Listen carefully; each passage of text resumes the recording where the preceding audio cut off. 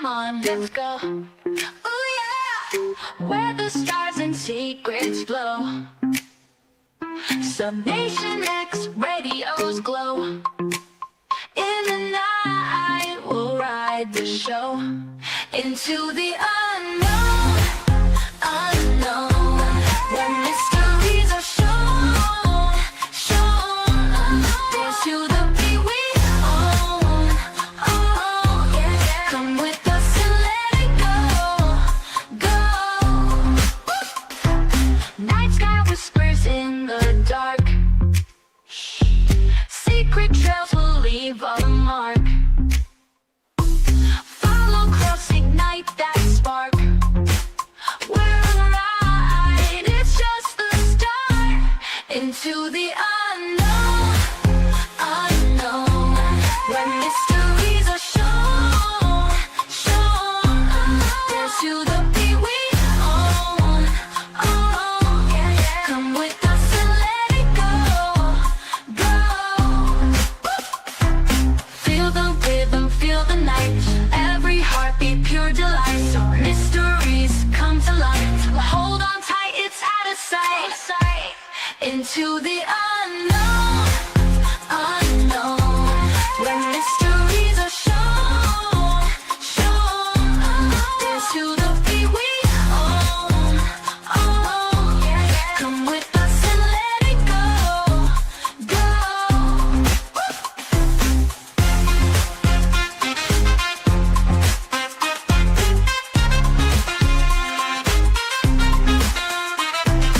Feel the rhythm, feel the night. It's every heartbeat, pure delight. Mysteries come to light. Hold on tight, it's out of sight. It's out of sight. Into the unknown, unknown, where mysteries are shown, shown. Dance to the beat we own, own, yeah. Come with us and let it go, go.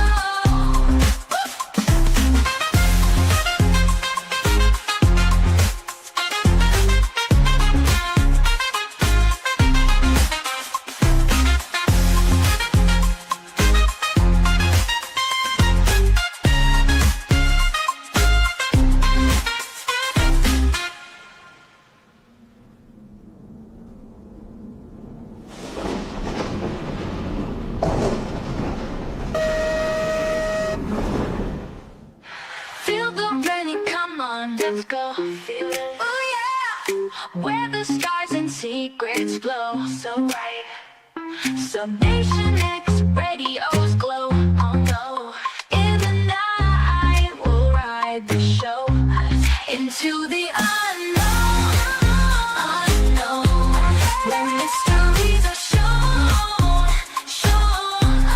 Dance to the beat we own, own, yeah. Come with us and let it go, go, go.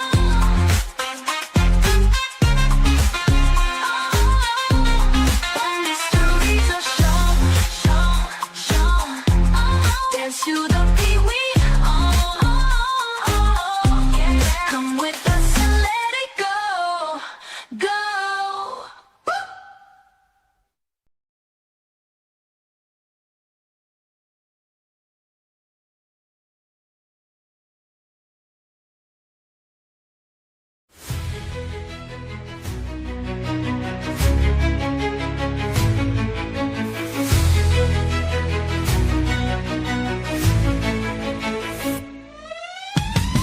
Unraveling the mystery, secrets in the night.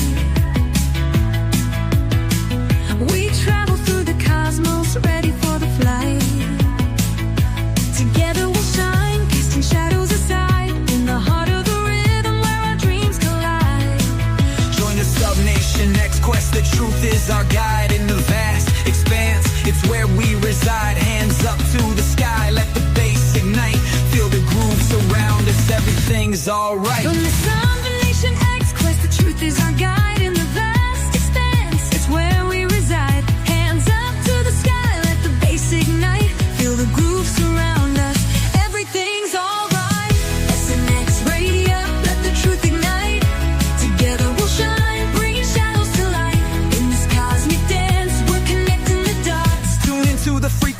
Let's explore the spots. Heavy bass drops with tight beats. Illuminate the shadows, the echo of our call. On this roller rink we'll never fall. Feel the energy rising, can you sense the spark? As we dive deeper into the cosmic arc. Stories of the universe, mysteries unfold. In the heart of SNX, where the truth is gold. Every note we play, every line we write, crafting our legacy, shining ever bright.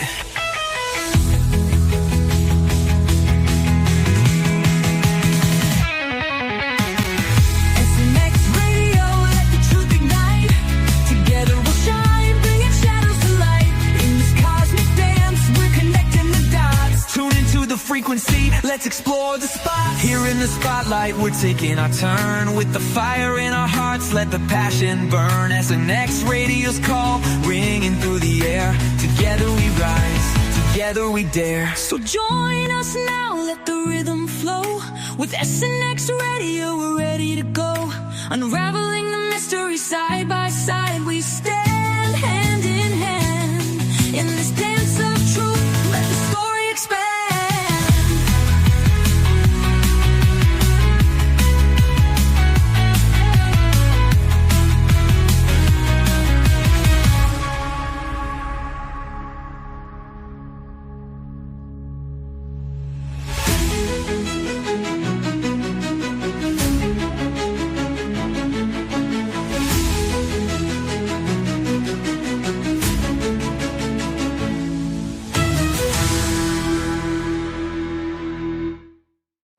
Hello, everyone, and welcome back to another episode of SNX Radio. I'm Coley.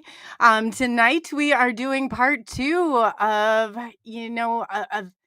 absolutely fantastic 2 people that I know. Unfortunately, there was a little pushback on Twitter, and Twitter, I know you're with listening and watching, so I just want to address it before I bring out our special guest tonight. I just wanted to say that if anything, if anybody's mad because I filed copyright claims against a couple of individuals who took the video and they made it their own and made a mockery of it, really, that was me. That was nobody else but me. And I just want to say that, you know what, and you're talking, I'm the first one to defend your freedom of speech. I will be the first one to go to bat for you.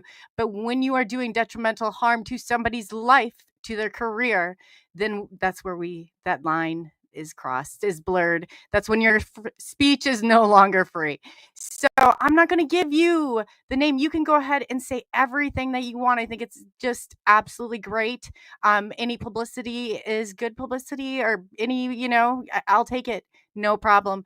But what I have seen, though, in the community, despite all of that, is a bunch of love, is acceptance, is wonderful, and embracing with open arms. So the majority of the people, I cannot thank you enough for all your support and everything that you have done, in lieu of everything, because it really has made all the difference in the world.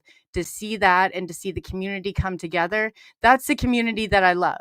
This is so close to my heart, and the reason that I do what I do and the reason I fight for this every single day is because that's how much I believe in this. So if you're, I just want to say this on a side note, if you're going to go out and you're going to call the grifters, but you're the grifter of all grifters, I mean, you can't even be telling me that with a straight face that you're serious about this. We should be better. Hold the bar at a higher standard. We all should be holding each other accountable. I am telling you that there's no grifters that are going to make it on. And if that's your sole mission, it's not to provide content, it's not to contribute to this community, to the cause, then I don't understand. It's DOA, dead on arrival, as far as I'm concerned. So with that being said, we have a great show planned for you this evening. And I'm going to get right to it. I just want to say hello to chat. It's everybody's so nice to see everybody in there. Real quick, I want to just go through. I see Madpox777. So nice to see you. Kurt W75 always. Wrenches, you guys, you got a heck of a job up tonight. So please be vigilant in all of that. Spider Bite, Sonia Galactic Girl. Hey, nice to see you. AZ, Jonathan. Oh, nice to see you, John. Christian, gosh, we have a lot of people see Spiritual Ascension Girl. So nice to see you. Little Mother of Demons and Traveling Fools 2020. Oh, hey guys, how are you? Let's see. Midnight Mark 22. Nice to see you. Welcome. Afromancer 13. Let's see. Chris Sedley, local Raybus 246. So nice to see you in here in chat. Midnight Man of 22, I think I said, but that hi again. Let's see here. If I have missed anybody, I do apologize and I will make it up to you along the way. But without further ado, I'm going to tell you a little bit about our guests on this evening. We have Mr. Corey Goode and Mr. James Gilliland.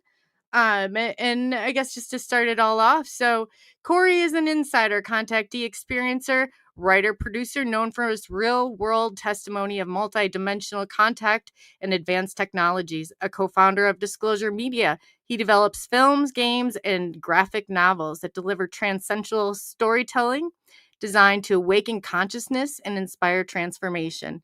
Absolutely amazing. James, ECETI Ranch. Anybody heard of it? That's James. He is and been recognized worldwide as a founder of Gilliland Estates, commonly known as the ECETI Ranch, which is enlightened contact with extraterrestrial intelligence. He's a best-selling author, lecturer, minister, counselor, multiple near-death experiences, and contactee recognized globally.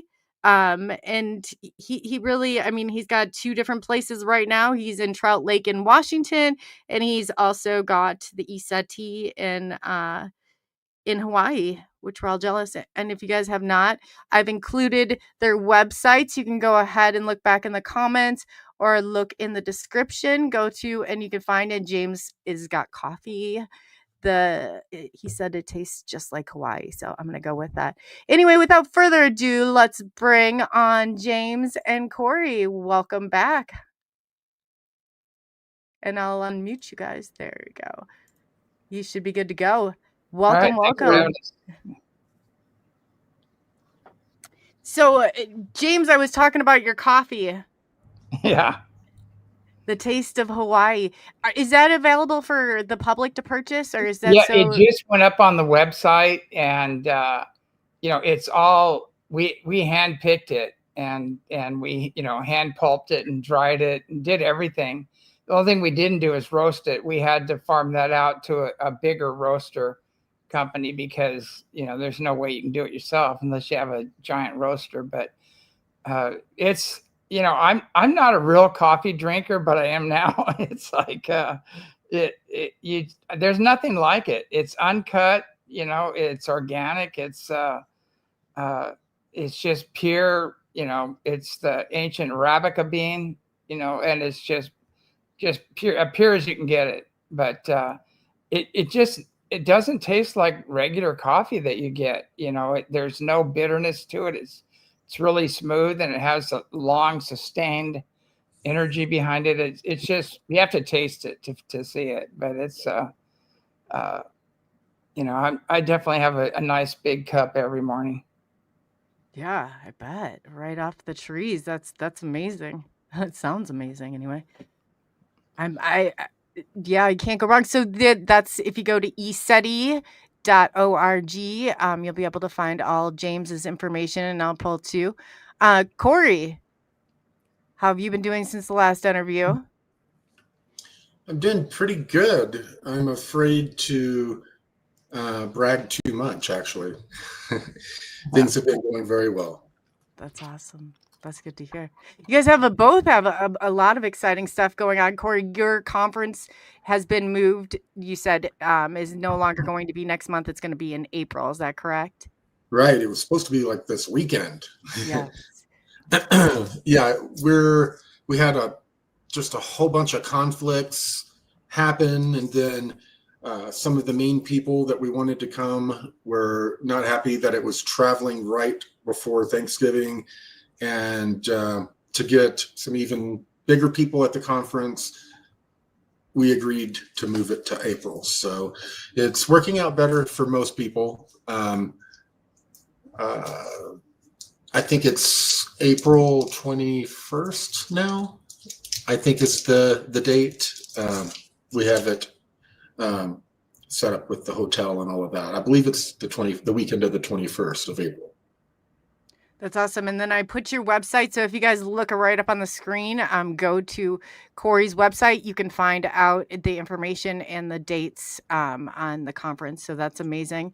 And then I'll put James's up there, which is ECETI.org for the coffee. And James, you've got some conferences coming up also.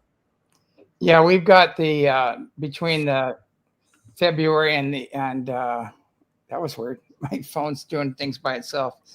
Unbelievable the interference we're getting. But we have Contact to Ascension with myself and Peter Maxwell Slattery. And we might have a couple other people on. We're not sure yet. We're just seeing how it works out.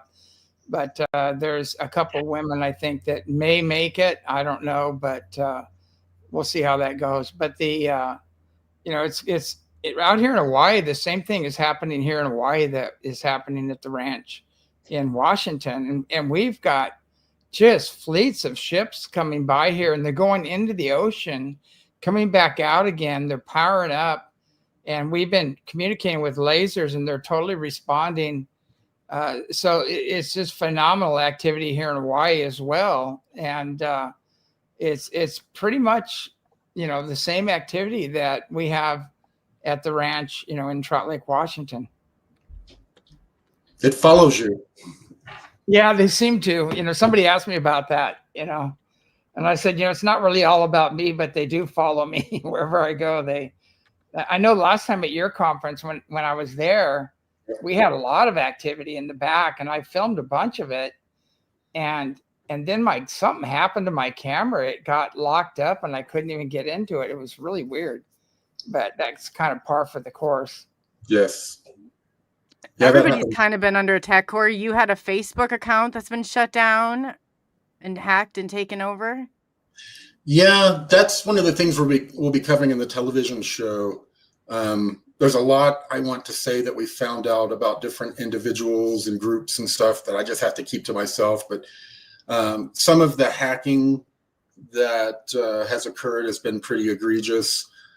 We ended up losing our Facebook, like 2 or 3 Facebook pages, and we've had some other breaches of just relentless hacking.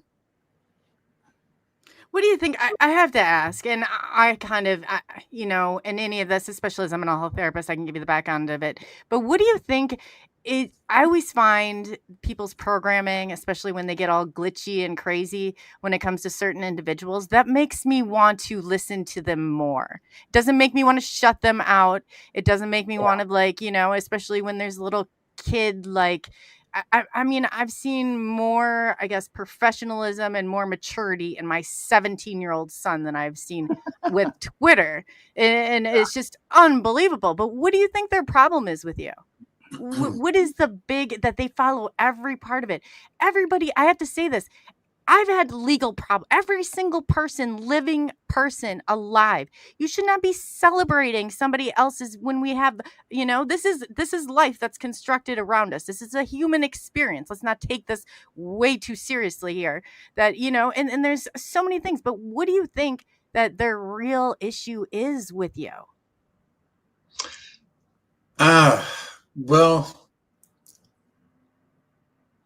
there has been coordination, and I got to be real careful. Some of these people that have gone after me are very traceable, and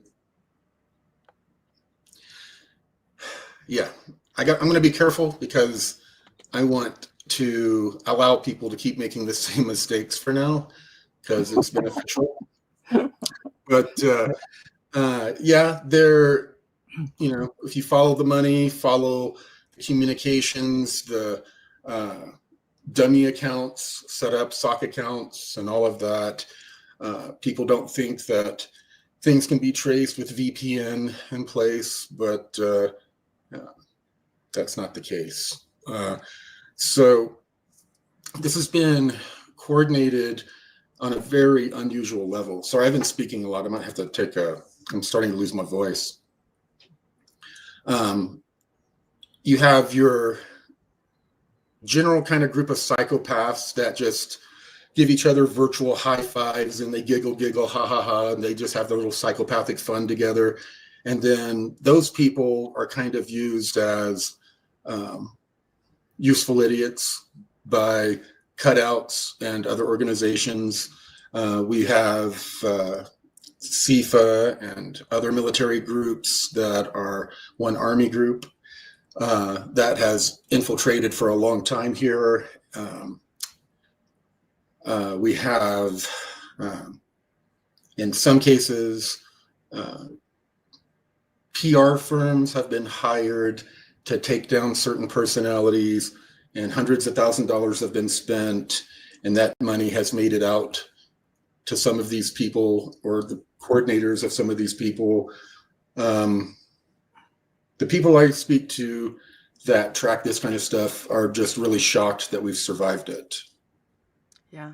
You know, so very few people have survived it. They usually give up, you know, especially the LARPers and people that are fakes. You know, they don't hold up not only to the scrutiny, but this community and the kind of sub-community that follows it, that is just looking for any type of fresh meat to hop on and attack. I don't know, it's, there's separate groups that think they're separate, but they're being manipulated, sometimes paid to continue to troll certain people. That's so true. That's so true too. Yeah. Every time I feel like they're even assigned. Every time when I was on Twitter and should be crazy to everybody. I almost had 50K. I was up to 1 million like hits a month, and I could not take the people and the way that they were acting and treating other people and like jumping on, and it was just crazy. But every time I would post something, it was like legitimately like 3 or 4, and I'm like, what do you assign to me? And so I started kind of like testing out the waters, and sure enough, every time I'd post something, a counter post would have to come in. And if they're not getting paid, if you're out there and you're doing this work and you're not at least getting paid by the government in some way, shape, or form, you're literally like doing work for free. I mean, What's therapy for a lot of these people? And you should probably know this. Sociopaths, psychopaths, extreme narcissists, they think that it's a personality type, not a personality disorder. They don't fucking get it, you know. This is their outlet, their kind of self-therapy. Normal people don't do that. And a lot of these people, like I said before, it prevents them from torturing their wife, their children, their family, those around them. If they start being, manipulative and crazy and psychopathic, I'm sure they're told, why don't you go hang out on the internet for a little while?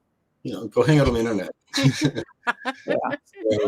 You guys want to go bully people? Let's go jump on Twitter and we'll be the adult bullies. I mean, I've seen more maturity, like I said, in my 17-year-old. And I know a lot of these people, they're always like, I would love to have a debate or a civil conversation, but all they do is try to ridicule you. And the moment you start to win in any conversation, they just turn to ridicule. And it's mental illness. There's no really dealing with it. So I finally learned how to consider the source, and I took a really good look, especially at some of the information we've been getting about these people in the background, and they're just pretty pathetic, and the way I look at it is that right now, it looks like our documentary is going to come out maybe the same freaking day as Age of Disclosure. We have a documentary coming out. We're starting to shoot a television series. We just brought in a new additional production company to begin selling a new television show, the Haunted Renovation show I talked about, with a couple of big stars as executive producers. These people are going to look in the mirror and see the same thing every day. They have a moment of feeling superior when they go psycho online, but they're going to be them. They're going to be looking at themselves in the mirror every morning. Wow, I succeed. Everything we're doing is succeeding. So it really, a lot of the stuff really did hurt us for a while. But now, you know, the principles of Aikido, you use the energy of your attacker against them. And we've used the Aikido principle in creating a new reality TV true crime television show. And right now, all the psychopathy and narcissism that's going on out there is, man, it's helping us sell this show. So it's really ironic. You know, people celebrating the bankruptcy that, you know, we had to file, but you know, when you have, you know, Chicken Soup for the Soul is a big distribution company. They took over our 2 films, and those films were bringing in like, you know, 15 to 30 grand a month. You know, that's how I was hiring my staff and taking care of a lot of things. And then about 3 years ago, they stopped paying, and they filed Chapter 7, and they owe us.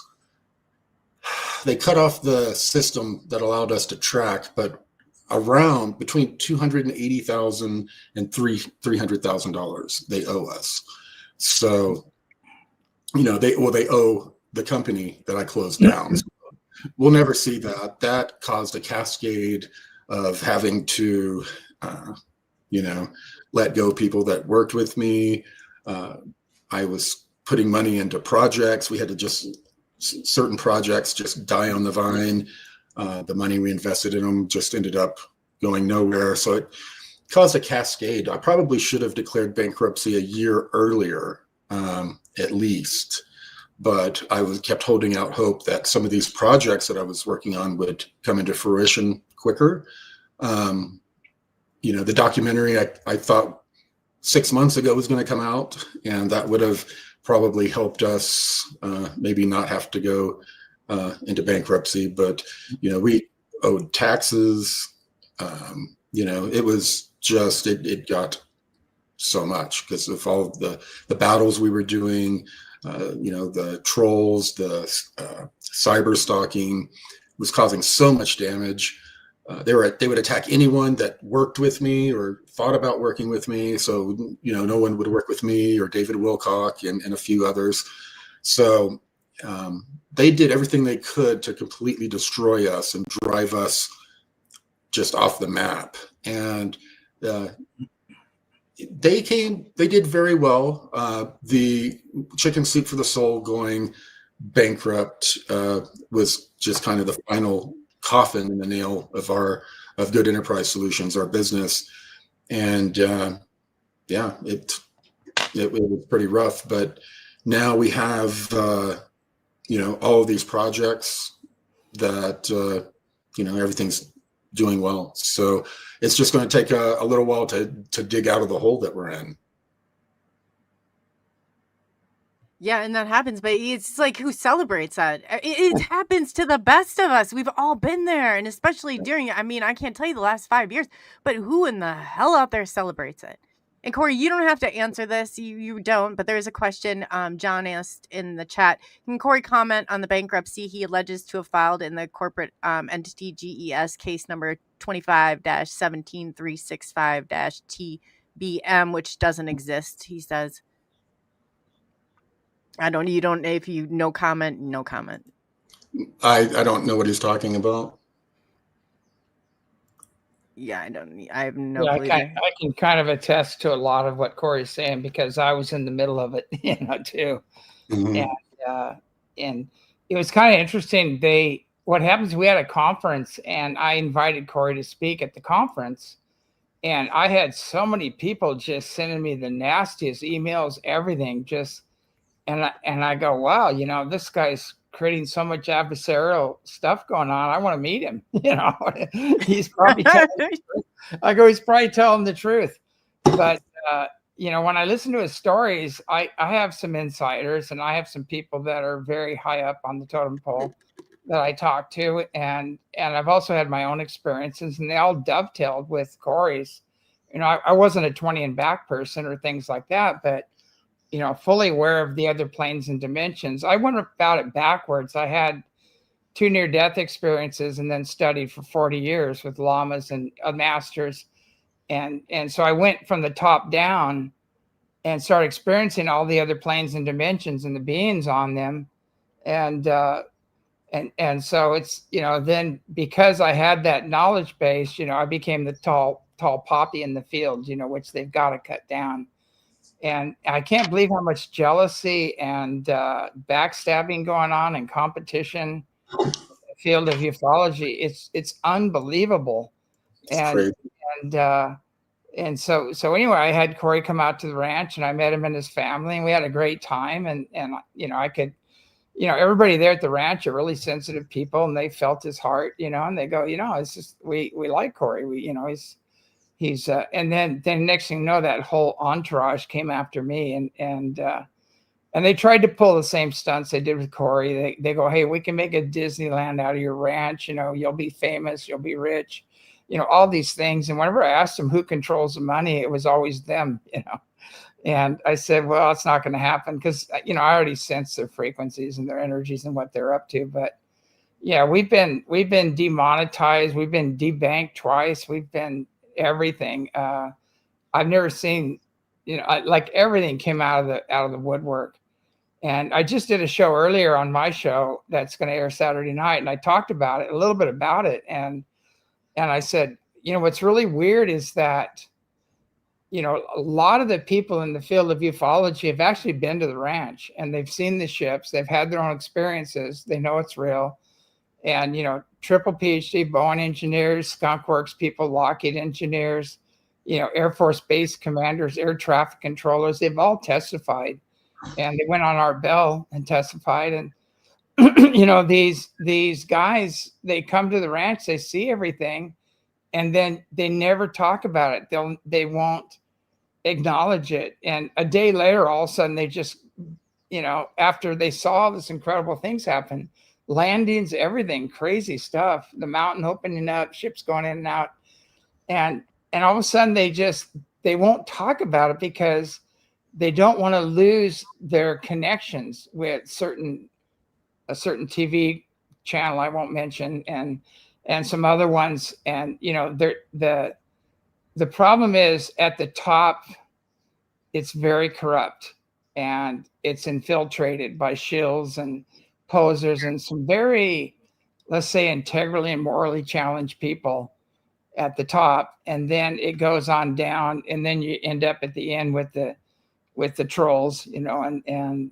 the posers and all the other people. But I've never seen anything like it. And when I first entered the field of ufology, I was on a spiritual journey, and I was building the ECETI ranch. It was like 40 years ago. And, you know, I was really creating a healing center, a process-oriented therapy center, and a place where you could live in harmony with each other in nature. That was my focus. And then they asked me to speak at the International UFO Congress.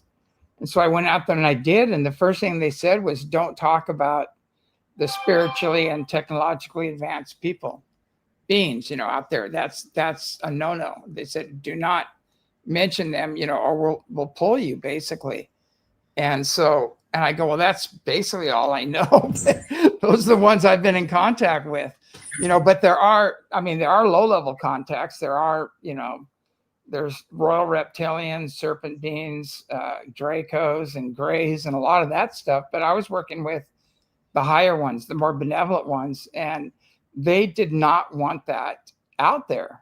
They wanted to keep a threat going, and them to be the ones in control of the threat. And you know, if these beings did land, they had free energy, they had anti-counter gravity, they had med beds, they had all this incredible technology that we would have had an incredible advance, and it's just, this was like in 1945 when they made an agreement with the negative ones and the positive ones came in. They went with the negative ones, but we would have had all that technology and take a quantum leap, in evolution if we would have made the right choice back then. But unfortunately, they do not want you to talk about the fact that they did have that choice back in 1945, I believe, with Eisenhower. And they also want to talk about the fact that they've been covering this up for God knows how long, with deadly force in some cases. And so, and definitely it's a no-no. You do not talk about the spiritually and technologically advanced beings that could actually help us clean up our planet, evolve, understand the true nature of God and the universe and the real history of Earth, all of that. They don't want that. That's like kryptonite to them. And so that's why I understood. That's why I received so much adversarial, energies directed at me. But anyway, I just continued to do my thing, and I got kicked out of every conference you can imagine. And so I always know somebody's doing a good job. I when that happens, I always say thank you for doing. You're doing work. Who has somebody telling somebody who's coming to a conference not to talk about some of the most crucial and important things you should talk about at a conference? That's a problem. And so I couldn't believe. I went in there kind of naive. I go, these people want to establish, contact and with these higher dimensional beings. And I thought that's what ufology was all about, was discovery, bringing this information out and all the stuff. And I had a really rude awakening that it wasn't. And on the boards of these major conferences were card carrying CFR members, and there was a lot of satanic Luciferian money, dark money that came in and took over. It took over ufology quite a while ago. And so if you did have a high level of integrity or morally, or, if you were, if you had a higher frequency, they just didn't want you in their higher knowledge. They didn't want any of that. And so I said, I couldn't believe it. So anyway, you become the enemy of the posers and the shills and those who are, critical thinking, morally integrity impaired. You become, that are being used as useful idiots, which is still happening today in politics. And so they all, they get them to all turn on you. And you really think about it, you're going up against governments and religions and false history and science, false science, all of that is you're going up against that, trying to bring out a higher truth. And there's a lot of people that depend on the status quo continuing and not changing.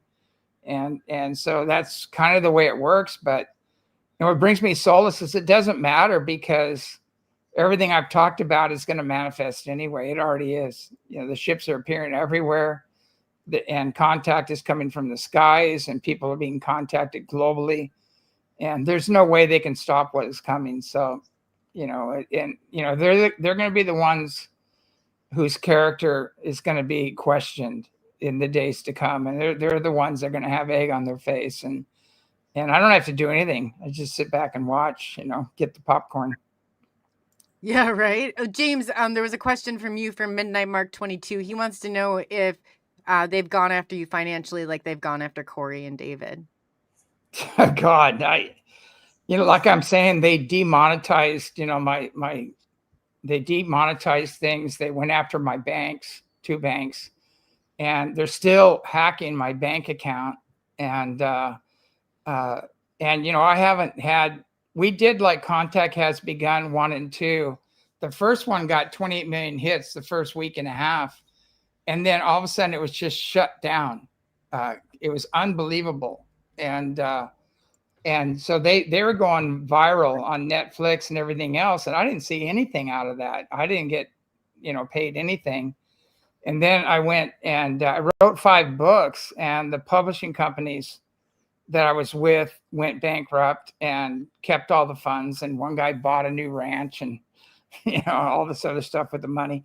But it was just a series of that happening over and over again. And so I had to pull everything back and get control of my books and my videos and everything else. And so we're basically doing it word of mouth, but we're getting heavily censored. But the one thing they can't stop is I tell people to come and have their own experience. Come and see for yourself. And then nobody can take that away from you. And there's a Danny Dyer special, and what's that other one? All these UFO and paranormal shows have come up to the ranch, and they have seen the ships, and they've done a pretty good job, except for Ancient Aliens. They just butchered everything, and they cut me out. They cut everything I had to say out, and all you showed was my hand grabbing for a camera. That was my big debut there. And I used to be on all the history channels, Ancient Aliens, Aliens in the Bible, all that stuff. And I got censored out of all of that. And I really do think when I got heavily censored, when I started exposing the drug and child trafficking, and sex trafficking, I just, really, that's when the real crap hit the fan. And so anyway, that's another one. If you talk about that, you might as well say goodbye to Hollywood and the news or anybody else. You're blackballed basically. So yeah, there's a lot that I've always, I can look at my face in the mirror and go to bed at night, and I sleep very well, because I've always stayed true to my soul and true to the course. But it does kind of get me when I see these people getting like $1 million donations, and they are grifters. They've capitalized on most of my information, and they've taken, my newsletters and read them verbatim as channeled messages. And they took, it's just insane, watching it. And it gets old after a while. You go, how am I going to keep the doors open here? And hopefully I can sell a lot of coffee and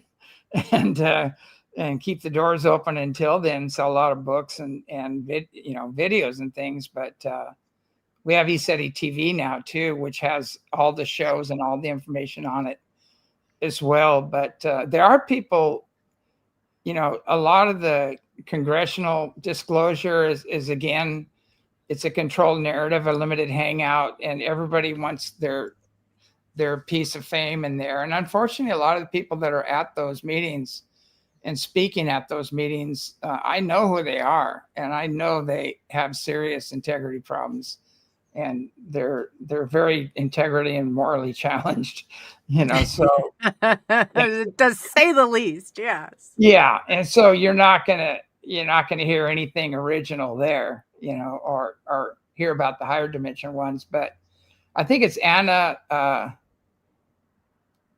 Paulina Luna. Yeah, she's on top of it, and she's asking the right questions. And we did send her some things, but a lot of them, I've had actually senators and people, I can't mention their names right now, but they've been in contact, and they just say, hang in there. Hey, we know you're real. We know what you're doing. They said, hang in there. We can't come out now, but we will.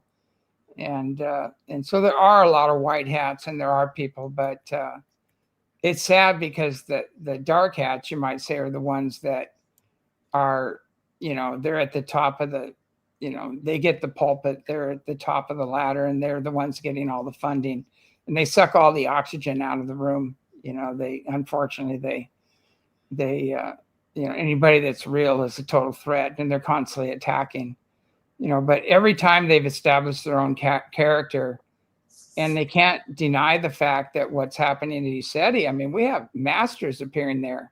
The energy's so high there. We have photographs of Mother Mary, of Kuan Yin appearing there, Baba Ji, other masters. It goes way beyond UFOs. The spiritually and technologically advanced beings are part of it, but we also have the masters appearing there, and We haven't had Bigfoot walking through the property. We put out peanut butter for him, and he goes by and he takes the lid off, eats it, puts the lid back on, and puts it back on the pole. But I shouldn't even talk about that because now everybody, the Bigfoot people, are going to come hunting, you know. But you know, they're benevolent beings unless you mess with them. You know, they're going to greet you with the energy you greet them with, and you can get into trouble.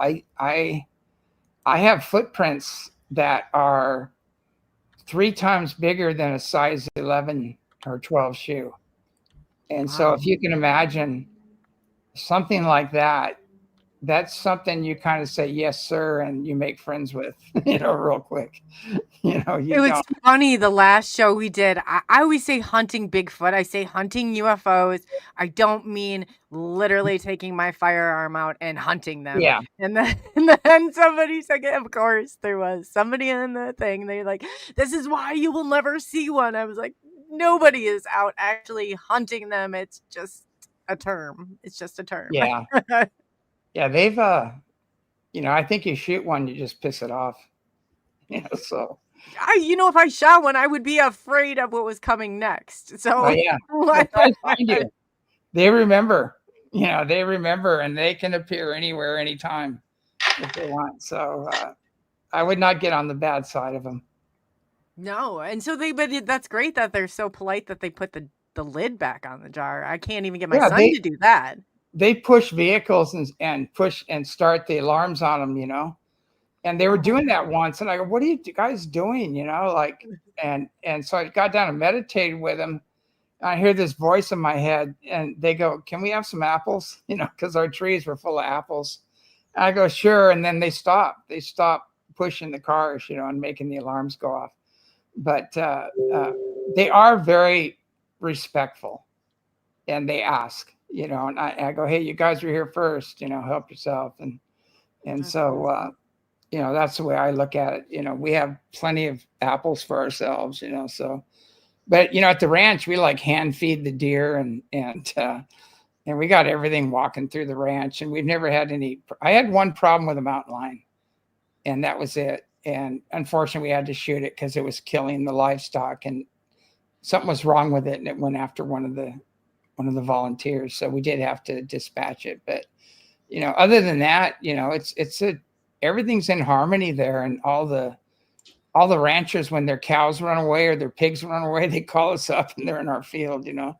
They come walking right up the driveway, and they can't figure out why they come there. And I said, they sense it. They feel the energy, you know. So it's kind of interesting, but it's a vortex, and there's a multidimensional reality going on there. And we have to constantly clear any unseen negative influences to keep the energy pure there. And we have a lot of help doing that.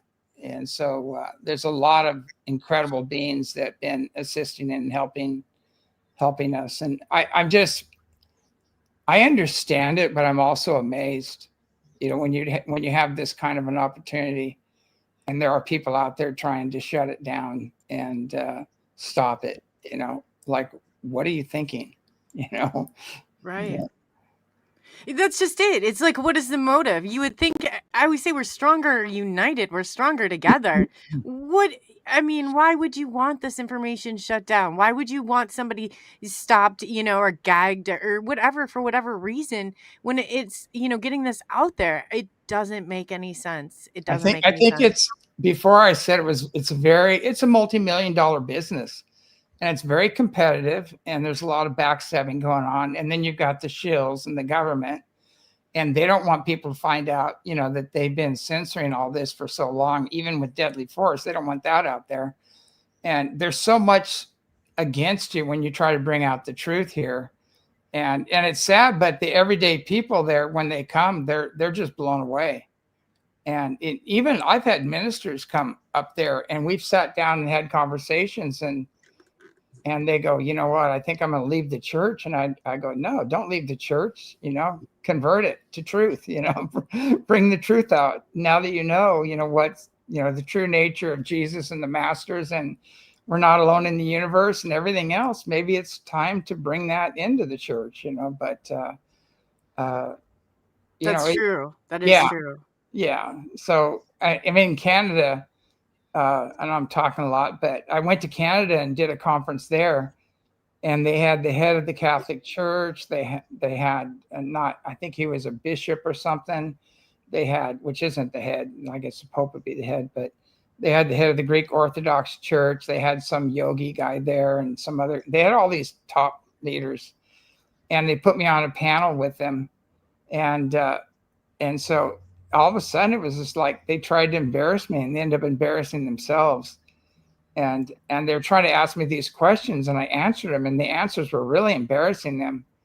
And at the end of the panel, you know, I came walking down, and there's this whole group of nuns standing there waiting for me to come down, you know, and I'm going, oh shit, you know, like I might hope I'm not in trouble here. Off to the confessional. No. Yeah, and the head nun was there, and she just came up. She goes, "Can I give you a hug like this?" And she gave me a big hug, and she said, "I was going to quit." She goes, "I was going to totally leave. I already put in my papers for retirement, everything." She goes, "But now I know what needs to get done." And you know, I challenged them all. I said, "Where's the women?" You know, they were going, "Why are people leaving the church?" And I go, "What is God?" And they couldn't answer the question. They had some big mental thing, you know. And I said, "Isn't God like pure unconditional love and joy and bliss and its most unlimited understanding? And wouldn't the people who are most heart-centered and sensitive be the ones most connected?" And I said, "Where are the women? Where's the women in here? There's not one woman on this panel." I go, "Where's the women in here?" You know, it was really funny, but no, but I was actually asked never to come again, and kind of, you know, and actually you can't get those talks, you know, they censored them, they're gone. You know, I've been trying, same thing with the International UFO Congress in Arizona. Yeah. I was going to say, we tried to get that video where James was, and I've seen the pictures, and we've even put him up here on screen, where he is phasing out, and you can see a tall ET behind him, and I cannot get a response. There's been 5 other, we've kind of gone in strategically, and nothing, not even a response back from them. Yeah, it's like I've been doing this since the 80s, basically. 86 was when he said he was established. And if you go back and you try to find out all these conferences I did and everything else, I'm like non-existent. You know, you can't. It's like I've been erased almost. But I know the feeling. Yeah. So I mean, I don't know where we're at now. We're at 26 and another 20, 46. That's like, come on, you know, that's 46 years of conferences and lectures, and you know, but some of the things are up, but you know, they've been kind of clearing them out, you know, of YouTube and everything, and they keep going down, they keep disappearing. And you know, when Contact Has Begun came out, and it had the biggest hit ever, and then the next one you couldn't give away, you know, that shows you right there that there's a mass censorship program going on, and you know, it's all going to blow up in their face, because everything I've talked about is manifesting now, and it's in the skies, and it's coming to your neighborhood soon. Yeah, and if you haven't been on the receiving end of this, you don't really understand until you've sat on the receiving end of this. And, Yeah. You know, and James, this is how this all came about. James was on my show, and he talked about Corey, and I was like, James, I kind of took a step back, and you know, and then I realized I was part of that problem too. Like I said, no, everybody has the right to speak for themselves. And if we're just shutting somebody down and they don't even have the right to even speak for themselves, like this is still America. Like we are still in the United States of America. And even like the worst criminals still get to stand trial, and they still get to, you know, have that opportunity to talk for themselves. But it's like, we can't just do this if we haven't learned how insanely dangerous it is to shut down a narrative altogether without even, I mean, this is just like, it's continuously like just jumping on something. And look at it, conferences, everybody at conferences, you guys should be writing them and asking them why James and why Corey are not there. because who they have there are not legit people for the most part. There's some very good people that sit on those panels, but let me tell you that some of those people that are on those panels are sick individuals, very sick. I can tell you that there are just a couple of people I would do conferences with and for, James being one, Fabio, who we work with, another. What most of the true insight I've gotten into ufology and the esoteric movement has been from going to the major conferences. It is so freaking mind-blowing. The way people behave at these conferences, it is crazy. It really is. There are a lot of really wonderful people, but just like how people go to conferences for work to cheat on their spouses and do all this crazy stuff, people in the spiritual community do the same thing. Mm-hmm. And there's all these crazy sexual exploits going on. Blackmail. I had, oh my gosh, so many women try to do that kind of thing with me at events, and they were married and all of these other things, and it was I don't know, it was a pretty big shift for me going from working in the information technology world and then going into this world. And I'm going to these events and I hear how spiritual everything is and everybody is. And then, most of the people there's a lot of crazies out in the group, but the real disappointment is when all of the people that you see on Ancient Aliens and that you stand in line to go and see, what those people are like behind the scenes, completely different. Just about all of the big people from Ancient Aliens and the other big people I have sat around having drinks with just the speakers, and their guard drops. Like I said, many of them are rabid Luciferians. And they assume that you are too. They just assume it. And there are a lot of other things that they assume about you because it's common amongst each other. So, yeah, it was really disheartening, sickening. It really made me, I'm kind of an introvert anyway, pull more away. So a lot of these conferences, the stuff that goes on at them, I really don't want to have anything to do with. I'm kind of shifting now. I'm doing, the television shows, our, 20 and Back, Project Moonshadow. You helped us advertise that. Our Kickstarter campaign. It's a new book that a lot of our IP is going to be based off of.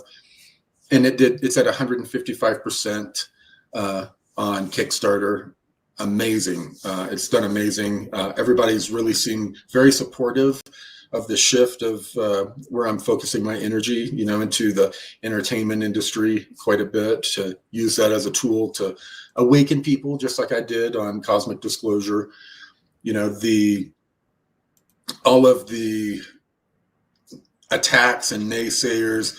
I mean, just in the chat, I've seen just all of this crazy crap hearsay that's taken on a life of its own, and it's become these people's truth, and they all want me to answer for their truth on stuff I hadn't even heard of half of these things that I'm accused of.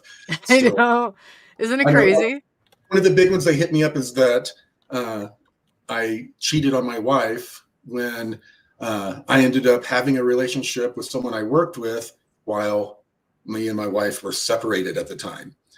Some people see that as cheating. I don't know, but it, as of this March, my wife and I have been married 32 years. If I was a serial cheater and did all these horrible things to women and everything, she would not be with me. She has not put up with crap. But She, I don't understand how that comes into play. Like, my dad had an affair with the lady at the YMCA, if people want to talk about it. But, Yeah. it's you got to separate some of this. It's like every little thing, you're under the microscope. And for some reason, they feel so entitled to come into your personal life. They don't know the situation. They don't know what happened behind the scenes. They don't know what your home life or what was going on. But yet they're going to sit here and just make these, like, all well, this, they're building like, their own narrative. yes. They're building. They don't give a flying flip what the truth is. They're all dogpiling, trying to destroy someone, building their own joint narrative. It's the big lie theory. The Nazis. You tell the same lie often enough, and everyone starts to believe it. And that's what what's been going on here. You see the way people reacted from my bankruptcy. They like celebrated as if they had they were the ones that caused it, and they're all celebrating. That's crazy to me. Yeah.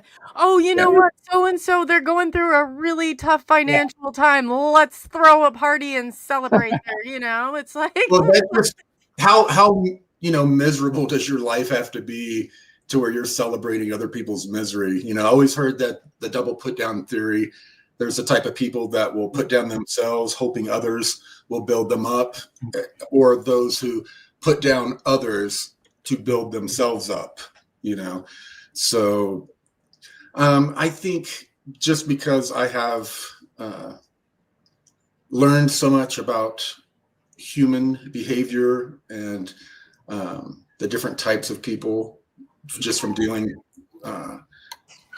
a public figure, I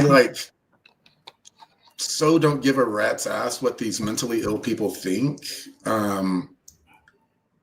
It's really just sad. Back when I was vested and really cared what people thought, it was upsetting. But now it's just, they've thrown everything at us. It's just like, there's just nothing there anymore, So true. It's the perfect point for us to, once they're picking up the same rocks they threw before, we're getting close to the perfect time to do this television show. It's going to be crazy. I've had so many showrunners and production companies that were excited about doing it, and then they're like, I don't know, man, I don't think we can do this. This is pretty crazy. We know this is going to go viral. It's going to do very well. There's 3 different networks that want it, but it's just too crazy. So it had to be toned down a few times, and we finally had to find some true crime showrunners and production companies that are willing to do it, because we're going to really go all out on this one. So, can you give us some teasers or insiders before it comes out, or? Well, there will be a lot. Actually, when the production company, they're going to be contacting some of these trolls to interview them. Oh God. You're about to get your 2 seconds of fame. Yeah, this is what they've been dreaming about. Oh yeah. We're also interviewing their childhood friends, some different people they went to high school with, and teachers, and other people locally who know them, who have some very interesting stories. They're going to get a good taste right here. of This real is exactly exposure. right here. That's gonna be Racist fun. Sexy David. Yes, he Can't wants wait you for to that to interview come out. him. Yeah.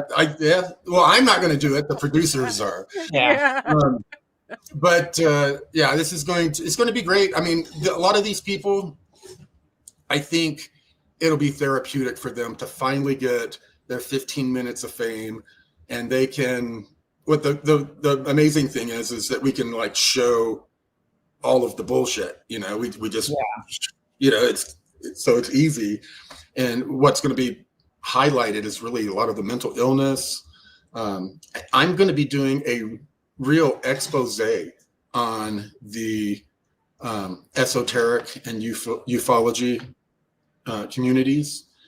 It's going to be no holds barred. I'm going to be talking about the gurus out there who are tricking their followers into bed and taking all of their money. That the stories are horrible. The cyber stalking is going to be covered. Of course, the LARPing, the trolls. But we're going to kind of cover a side of this community that shocked the hell out of me, to be honest with, over the last decade. And no one can tell the story like I can, you know. I've seen it and experienced it all. Yeah. And there's a lot of very wonderful things about the awakening community, but there are this community is fraught with very serious danger. And some of the most dangerous people out there are the ones that come up to you with sparkly eyes saying namaste with beaming love and light out of their faces. Right. I can't believe don't look at predators, why they get by with it. They're the people you least expect. They're telling you what you want to hear. The community, that's kind of like what happened with me and Gaia. Gaia allegedly was doing all kinds of stuff to a lot of different people, and no one would fight back. And eventually they ran into someone that would fight back. And that's kind of why this community are such ripe pickings, as my grandmother would say, or they're such perfect meat for the wolves. Is that most of the people, they hate conflict. If they're taken advantage of, they just kind of want to float away and forget about it and have their next experience. Very few of them are going to fight back. It's, you know, there are a lot of pacifists, a shocking amount of pacifists in this community. And it's a perfect place for predators to come in, wolves in sheep's clothing. And the bloodletting I have seen behind the scenes, people would trust me, you know, because they thought, you know, I seemed genuine. So they would contact me. I heard about public figures in ufology and esoteric from Brazil, South America, from Europe. I'm hearing everyone's contacting me, telling me about all of these different sexual abuses or other horrible things that have happened. Some of it's resulted in suicides. Yeah. I'm not kidding, you know, suicides. And I've known some people who were on a pretty good path. They came into this community and they're expecting just a huge, wonderful experience. And instead they were taken advantage of, sexually abused, and all sorts of other things. And now they're more traumatized than when they came to this love and light community. So there is a lot of potential for healing and meeting love and light people, but you've got to be careful. There's a lot of danger in this. I go back. I had somebody who was pretty high profile. They invited me to do a conference out in Vegas. Oh boy, sent me two separate rounds of airline tickets. I think when he told me that about the flogging that he and something about I mean, it got so weird and it was so right out in the open. I thought, who in their right mind? Why would someone just, and that dawned on me. I'm like, if they just said that to me like it was no big deal, then how many people are accepting this? And then you go layer by layer and there is a whole ring. They are bringing escorts to I call it I don't go to the conferences. I call it the UFO orgy or ology or however you want to put it, because it's so sick at the center. It needs to be cleaned out. It really does. Yeah, we call them reptilian F-fest, you know. Yeah. But and there's a lot of spiritual abuse that people don't know about it, because, you know, the mind in which you seek is the mind in which you connect. And so that these guys have an agenda and they're controlling and manipulating, they have all these controlling, manipulating spirits attached to them, which are, you know, the reptilians and grays and a lot of demonic type weird energies. And so people that get involved with them end up, you know, getting these things attached to them, and they have no training on how to deal with it. And we're constantly dealing with that. We tell people, there's people in the community that said, just open wide, let anything come in. Don't be a spiritual snob, you know? And so people are getting possessed. I mean, they're scheduled for the rubber room, basically. And they come out and see us, and we tell them what's going on. We clear it off, and we show them how to keep themselves clear, and they're fine. But, you know, the same thing with Corey. I mean, the past few years, I pretty much live in like almost a monastic life, basically. And I've been so busy with the farm, with the 2 farms and the coffee, you know, crop coming in and everything else, is that the majority of my time I'm out in nature picking coffee, or, you know, every once in a while I get down to the beach and go swimming with the dolphins or something like that, which is against the law. So I didn't really say that, but you know, but I don't swim with the dolphins. They find me when I'm out snorkeling sometimes. But those were amazing videos you sent, James. So yeah, that's like right out your back door. He sent these videos, and there's dolphin. It's amazing, amazing. Yeah, it is. It is. And I mean, like you hang out with them, and you're totally transformed. It's amazing. But I mean, I can go. Some of the things that I was told that I mean, they're contradictory. You know, they're saying I was a womanizer, I was gay, I was the head of a Russian bestiality ring.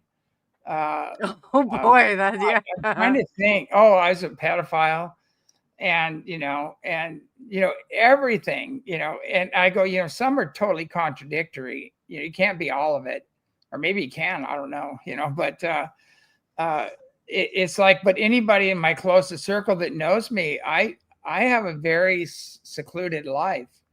And, you know, I don't drink. I don't go out to parties. I don't, you know, I just don't do any of this stuff.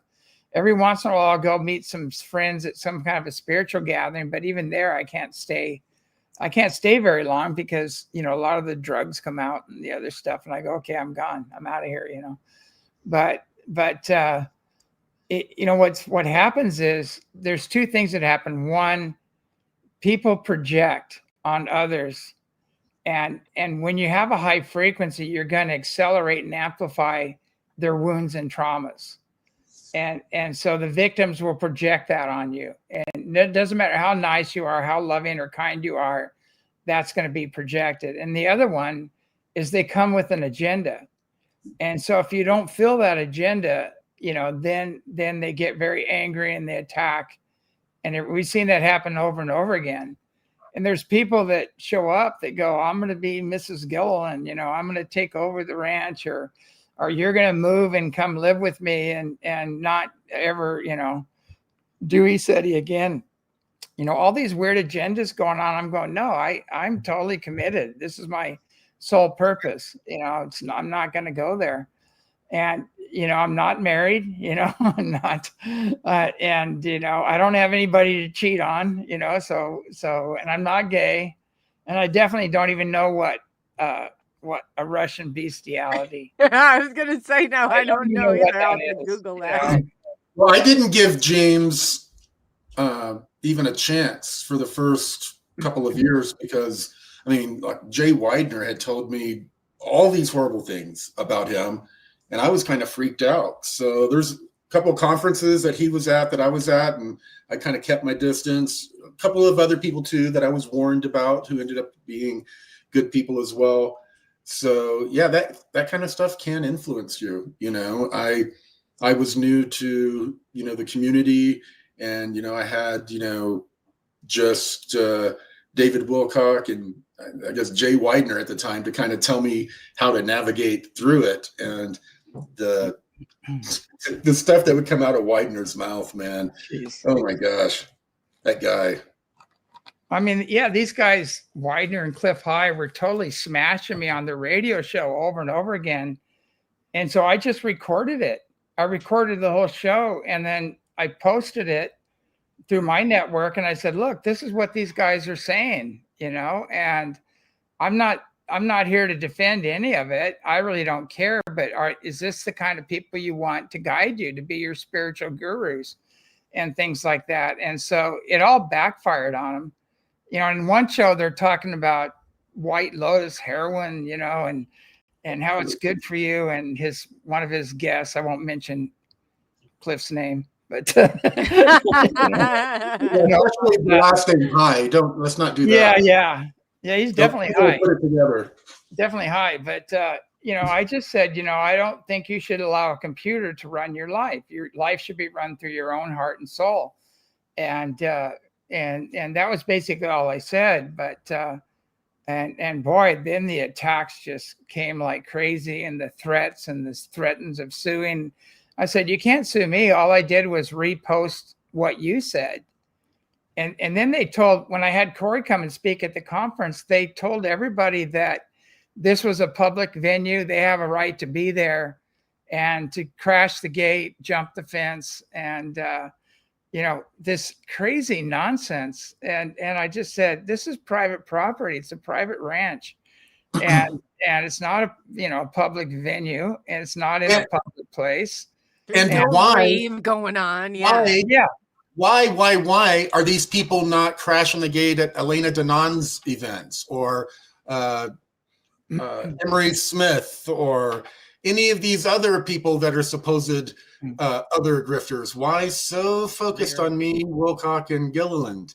Yeah. You know, there are so many other low-hanging branches with fruits, you know, ripe fruits, and they never touch them, never touch any of the other people who do shows on Guy. I mean, it's just very evident, you know, that they're over the top, going, you know, balls to the wall after certain people, while there's all these other people that are putting out almost the exact same information that they're ignoring. It's really quite bizarre. And then some of these same people are focusing on David Grush and some of the whistleblowers coming out. We're seeing some of the same sock puppet accounts and other forensic data crossover. There's some very interesting, what would you call it? Patterns that have popped up. And it's going to be very interesting to put that information out there. Yeah, David Grush, I've listened to some of what he said, and there's some other people on there that have come out, and I really felt they were high integrity and coming from the heart, and you know, God and country type thing. You know, they are real white hats, you might say. Some of the other ones in there, you can tell they're not. You know, they're just there to capitalize on the fame and fortune and get their name recognition out there. But it'll be interesting. I'm sure eventually they'll end up at the ranch, you know, probably this spring or fall or something like that. Shut the gate. Yeah. It's Well, so the good true. guys, I It's mean, so the good guys true. are welcome to come. You know, if your intention is bad, that's going to be amplified, and it's going to slam you. And a lot of times it just kicks you right off the ranch. The frequencies are so high there. And so if you come with an open mind, loving heart, and pure intent, you know, you have an amazing experience. If you come with a bad attitude, that's going to implode on you, and you're not going to last very long there. And it's just, that's the nature of the event. And the people, you know, there's an old saying, messiahs die young, you know, so do truth tellers, you know, and that's what it's all about. You know, the people that are staying true to their experience and coming from the heart and are here in service, trying to educate and empower and awaken people. Those are the biggest threats, and those are the ones they come after. And because we're mirrors back to them, everything they're not, and everything that they're doing, which is out of integrity. And so that's kind of how it goes. And it's the human condition right now. And now it's all blowing up. I mean, we are in the full throes of end time madness, where everybody's crap is coming up. All the victims are screaming and yelling, and, you know, the predators are feasting, and they've got a lot of useful idiots doing their work. And And it's pretty crazy. I watch some of these demonstrations and I go, you're participating in your own enslavement and eventual demise. You know, where does socialism and communism end up? You know, it ends up with mass genocide and no freedom, basically. And so people need to wake up and read history and things like that. Like, nothing's free. You know, somebody's paying for it. And when that somebody stops paying, then all the giveaways end, you know, and it's not sustainable. You know, I don't want to go political, but this is a very old game that has been played for a long time. And what you do, you have anybody who's awake and on top of things, you're going to have an innermost circle, and they're going to come in and they're going to corrupt that innermost circle. And they're going to get them to turn on you. And then the next thing, basically the controllers, whatever you want to call them, you know, and the powers that be end up and unalive you, basically. And, you know, they did it.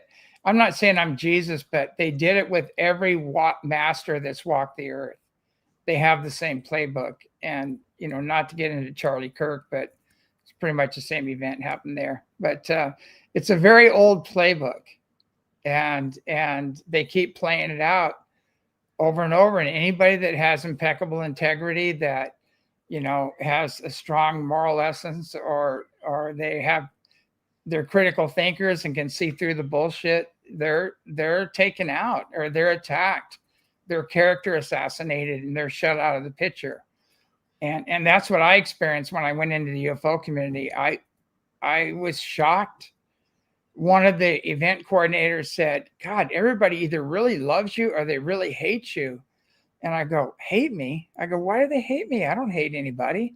And I was kind of naive. And I said, well, who's saying this? Who's saying this stuff? And then I found out there's a Good Old Boys Club.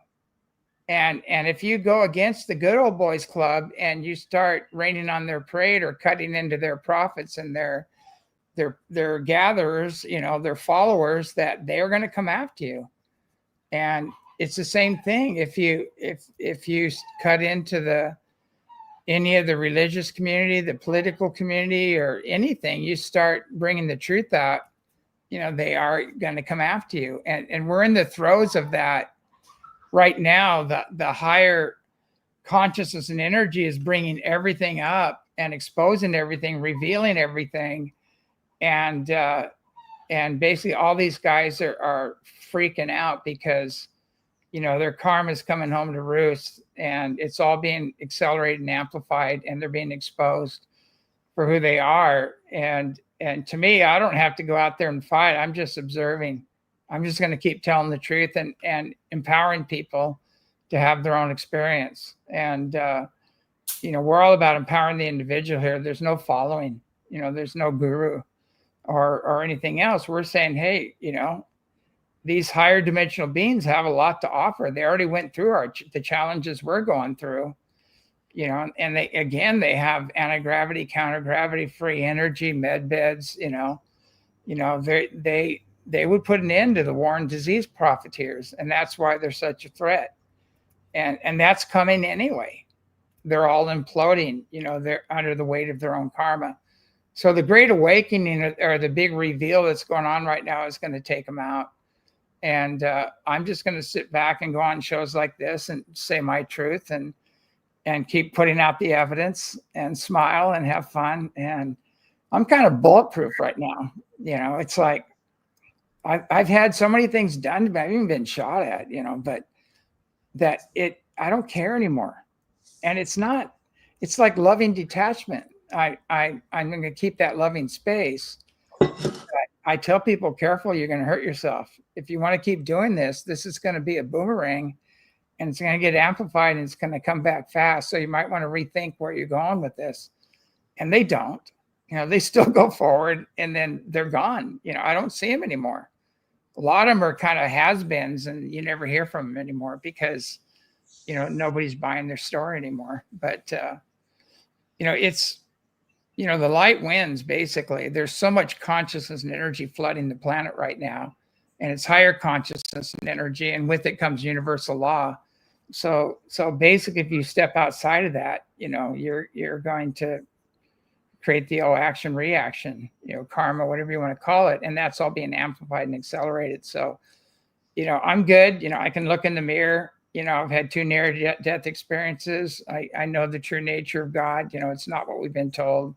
There is no jealous, wrathful God out there, and that nobody can appease. The external God program is crashing, and people are connecting with the internal God, that loving, joyous, powerful, manifesting God from within, and that's where things are going. The other stuff is just going to fall in the dumpster. That's good. When you get to that point that you no longer care, it's hard to wrap your mind around. Because when I first got in this, there were so many people that I looked up to. I was like, oh man, they've got this. Yeah. I looked to them for guidance. I looked to them, and there I was like, and then seeing so much of it on the back end. Now I'm like, man, was I like, those were the wrong people to go and ask questions to. What's going on behind the scenes are not living by what they're saying. They're just going out there and just, it's just total propaganda they're spewing. Yeah. And it's just like the game of telephone. So James, you in the comment, I absolutely love it. I'm looking up for Bino says he calls you the Lion Man. He's really digging your vibe. The Lion Man. I thought that was great. Corey, they're showing nothing but love and support for you two in there. So this is great. And two, I think you can see it's like the one troll that we've that's drifted in here. I mean, I gotta, I guess, give him a little bit of credit, but he's ready. He's definitely ready to be interviewed for your series. He's still yeah, he's still here for you, buddy. Yeah, That's good. I mean, maybe he's listening to some of this and realizing how crazy some of this has been. And it's crazy, when you said before, it's like you don't know where somebody's at in their life path. And great, it's like Corey was strong, James was strong, they took it, they digested it, they came out stronger. But the wrong person, they could have some serious blood on their hands. You don't push people like that, especially celebrating those horrific moments in your life. It's just, it doesn't define you. Yeah, I got to tell you this story. I've talked a lot, but I was just invited. I won't say whose name, but I was invited to go on this show, and they kept trying to call me over and over again, and I said no. I'm not going to do it. And the last time I was on that show, they had these crazy people come on, call-ins. And one woman said that we were kidnapping children and we had our basement full of children. And these helicopters showed up and they rappelled down and they blew up the whole conference building, killed everybody. And she went on and on. She was just describing this horrific thing that happened. And there's only big holes left where all the buildings were and everything else. And it went on and on. And I go, my God, why are you letting this person on here? Why are you letting her rant, And then I'm going to have to deal with this later, And so it's crazy. And then so finally, at the end of all this stuff, I'm sitting there. I could have really delivered a lot of information, which didn't happen. And then some other religious fanatic came on and going, you're doing the work of Satan and you're allowing Satan to come into your living room. And it was this, they allowed these people to come on. They should have been hung up on the first 2 seconds, basically. But, and it was just dealing with that nonsense. And so I finally came back. I said, I have one question. I'm on the show right now. So obviously I'm not dead. The conference buildings are still there. There's no holes. If all these people were killed and families killed and missing children, you would think there would be some kind of a police report, And I said, why do you let these people on the show? Why, the first minute they should have hung up and said, end of show. And then I have these people accuse me of having interdimensional sex with somebody that was raised in a test tube that had no parents, and I didn't know who this person is, and they said her name and she knows all about you, and I go, I don't know who this person is.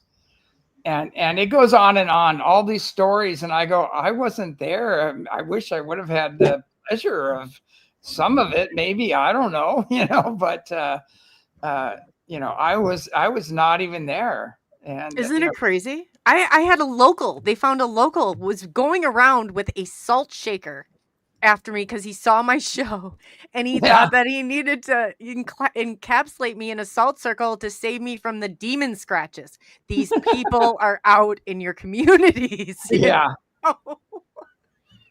Yeah, it's so bad out there that I think this is all imploding with the work that Corey's doing to bring this information out, and other venues like yours.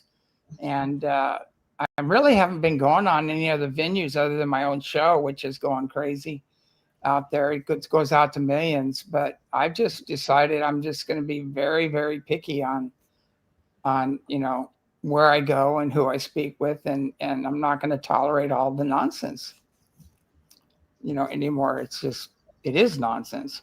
It is. It is. And then when it starts to damage, and people only hear and they only see the surface level, they have no idea how much is going on behind the scenes or how much of the attacks. And I just recently had my brain scans released on Twitter. And what do they do? I don't even know how the hell they got their hands on it.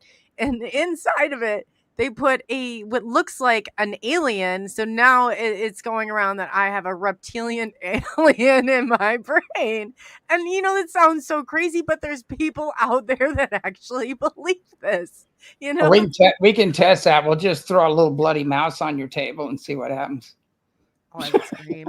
I would be gone. I don't know if that's a good sign or a bad sign, but yeah, I thought, how did they even get their hands on these? And then this is what they're doing. Then they send it as like all these dudes, and I was like, oh, great.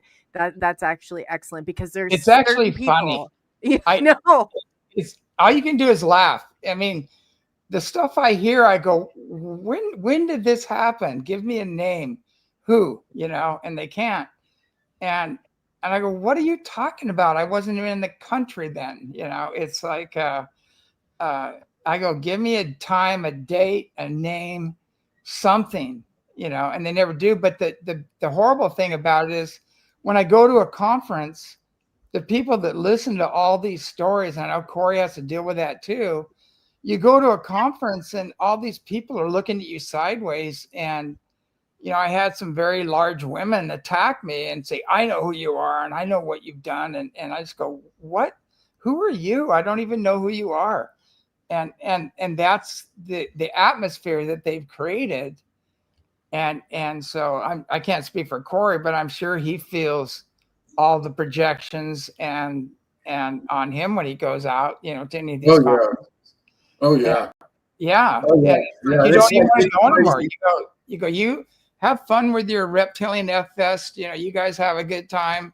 You'll all get the lessons you need out of this. And maybe it's time to stop looking externally for love and acceptance and approval or gurus or God or anything, and start going within. And when you decide to go within, we'll have a conversation. Yeah, the crazy thing is, I finally realized when I was standing up on stage and I looked out at the audience, and if I was in a room with 300 people, I finally realized that there were 300 different versions of me in that room.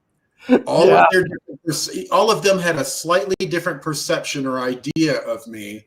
Yeah. And so it is the craziest thing, And then nobody tells you. People should start being, I would love to know behind the scenes, like, you know what I mean? Like what some of them are really thinking. Yeah, you're shocked when you run into it. You go, what? I don't know this person. I don't even know these people. Who are these people? And people build these whole worlds in their minds. This one lady, she started showing up at our conferences wearing disguises. She was part of our lawsuits. She was sending messages to me telling me that her and I were married in another dimension, that we had kids in another dimension, and that I was cheating on her with my wife of 30 years. And she was sending us all this stuff to one of our mailboxes, and Stacy was afraid that one day she was going to pick up the mail and that girl was going to follow us to our home, and the garage door would open in the morning when she would take the kids to school. She would put the car in drive, ready to just drive over someone. She expected, we had people showing up at our home. My God. Our family, lived in fear at different times. We had police doing courtesy patrols of our neighborhoods at this house and the houses previous. It's been crazy. It's going to be one hell of a show. I mean, people have no inkling of an idea what people like James and I go through, the type of people we meet, the type of people that get fixated on us, or are like, if whoever you're with, like if you're dating someone or married to someone, people get fixated on them as well, even though they're not in the public eye, and things get really creepy. It is bizarre. It is really, really bizarre. And you have to start weighing, okay, if I'm going to go to all of these conferences, I'm going to be able to get my message out to a certain amount of people and help a certain amount of people. And yeah, I'll get paid for the conference, but what's the trade-off? What am I going to encounter when I'm there? I mean, David Wilcock and I, we were going to have at Conscious Life Expo one time, we were going to be doing a presentation together. And I was really nervous. So we went to his hotel room to sit in there and go over the computer over the presentation, so, I would be more comfortable. And because David plans everything out. And so he was telling me where I would speak and all of that. And we leave and we run into a couple out, that are getting into the elevator. And the male from the couple is looking at me and David real weird. And I'm like, okay. Oh, and then I'm I'm at the bar having a drink, talking to some people like the next night. And this guy had gone down to the bar and told everyone that David and I were going into the same room together. And it was very obvious that certain things were, spreading rumors about David and I. The thing is, he's like so horrified by anyone thinking he's gay that he got really pissed off, but I could care less. I could give a rat's ass what people think about me. Everybody's looking like, oh yeah. I've got a couple of stories that I'll tell someday. Yeah, I had similar thing happen with an elevator. I got into an elevator and at a conference, and I get in this elevator and I didn't realize it, but there was a husband and wife, and then there was three really, beautiful young girls in there in swimming suits, right? And so the elevator opens up. I'm going up to my room, and I said, "How you folks doing?" That was it. Next thing you know, throughout the whole conference, everybody said, "Yeah, he had underage women going up to his room, and this and this and this, and all these stories." And the conference coordinator pulls me into his office and said, "You can't do that here." And I go, "What are you talking about?" He rode up the elevator. People saw the young girls. They didn't see the two parents leaning against the wall. and our only interaction was, "How you folks doing tonight?" That was it, Yeah. And I got off and I went to my room. And then during the conference, some of the people working at the conference were having meltdowns because you're under attack, psychic attack and other energies and things. And so I brought them up with the process I use has to have a male-female balance. So I brought them up with another woman and we set them down, and some were husband and wife and things.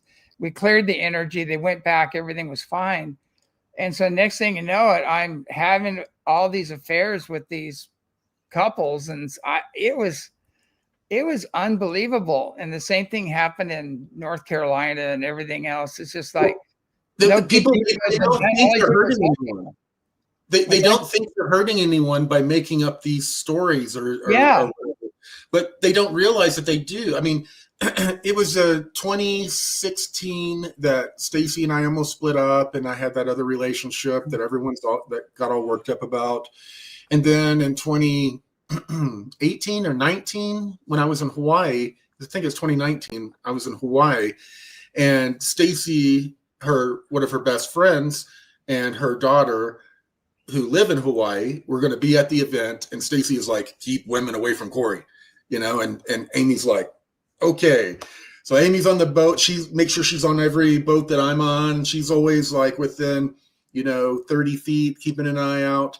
And the next thing we know, I mean, after that event, Stacy was all happy, and then the next thing we hear is everyone spreading rumors that I'm having an affair with the girl who was acting like our assistant, who happened to be Stacy's best friend, who was there to keep women away from me. But they spread. That's who it is. Yeah. Oh yeah. Yeah. It Yeah. hurt her very deeply. She was there with her daughter, and they were there to do a solid for her best friend, Stacy. And then that happened, and it took on a life of its own. She doesn't want to have anything to do with the community events or anything anymore because of it, just because she's like, I can't trust any of it. People, anything you hear about anyone else is probably a lie. That's just the way this conspiracy theory kind of community is. Yeah. They feel perfectly fine picking up a nice, hot, shiny lie off the ground and running with it. They're perfectly fine with it. They call it my truth. It insulates them from any type of responsibility in their minds if it's their truth. And, they run with it. That's one of the things that people don't realize, that all this gossiping bullshit, you can really hurt some people. And, there have been people, that have been suicidal because of their names being destroyed and all kinds of stuff. This is disgusting, people. Yeah. Yeah. And it's usually them. It's usually the people who are making these accusations. It's like they always collecting. If someone accuses you of something, they're telling you what they would do in your exact same situation. Yeah. So they're telling you more about themselves than they are about you. Exactly. Yeah, it's beyond insane. Here's what I think. So, okay, if you want to have contact with some crazy reptilian or some Draco or whatever, some really degenerate ET, that's a golden opportunity there to come to these conferences, right? So where are the conferences where you're going to create a very high frequency space for these very high frequency beings to come to that are very spiritual, they're very wise, they have high level of they're very morally and critical thinking sound, they can see right through everything, they can sense and feel, they're telepathic. Why would one of these beings come to one of these conferences? And every year they say they're going to land, they're going to come, they're going to hang out. Anything that's going to come, if you don't set the stage, the environment, and hold a frequency, the things that do come are not going to be in your highest and best good, not something you want to connect with. And so they don't realize that. They have no idea. And that's why I call them reptilian F-fests, is what they turned into with a lot of satanic Luciferian backing. They crash the frequency, but a lot of them really believe in their ego, or in their mind, that we're going to have contact. They're going to come down and land because we're special. And I go, no, it doesn't happen that way. You have to raise your frequencies. If you stand in the presence of one of these really high vibrational beings, all your shit's going to come up, and all your fears and guilts and victim patterns and unworthiness and trauma gets amplified, and you're going to project that on them. So why the hell would they do that? Why would they come there? And that's why I kept telling people, if you don't create a frequency specific environment and maintain that environment, you're going to have little or no success at contact. And if you do have contact, it's probably with something you probably shouldn't be having contact with. But and that's what people need to look at. You've got to create sacred space to have sacred beings enter it and interact with you. That's just spiritual 101, And so if everybody's out to just, make a buck and backstab and slander and control and all that other stuff, what kind of a space have you created? And when you try to control and manipulate people, you attract controlling and manipulating entities. Oh, And that's what they've created. And that's why I don't go to these conferences anymore. And I'm sure I'll be blackballed even more for saying that, but somebody has to. But I really don't care. I have my own venues, and the message is getting out. And if people want to take the high road, I'm there 100% for them. But if they want to do this petty nonsense, then, have a nice day. Basically, that's the way I feel. Well, the petty nonsense is kind of just a reflection of the energy that has come into the spiritual and disclosure movement. There are literally people coming in pretending to be new love and light, kind of bringing in new esoteric information, when a lot of these people, like I said on the last show, are huge Luciferian zealots, and and others. A lot of this information, this is ancient mystery school information that has been repackaged as new age and esoteric. A lot of this information, this is the kind of stuff that very select people had access to for thousands and thousands of years. But since the internet, it's burst wide open. They've taken all of these mystery teachings, the positive and the negative ones, rebranded them, changed a few of the characters' names and other information, and then put it out as if it's new age. It's new. But this is some of the mystery school teaching stuff that's gone back a long period of time, and the masses haven't had access to it. And our consciousness hasn't been acclimated to fully understand the ramifications of some of these ideas, and understandings of our reality. That's so true too. That is so true, especially with the mystery schools. You hit the nail on the head with that one. Real quick, James, JB Palmer wants to know if Dogman is at the ECETI Ranch. No. I haven't heard any reports of Dogman.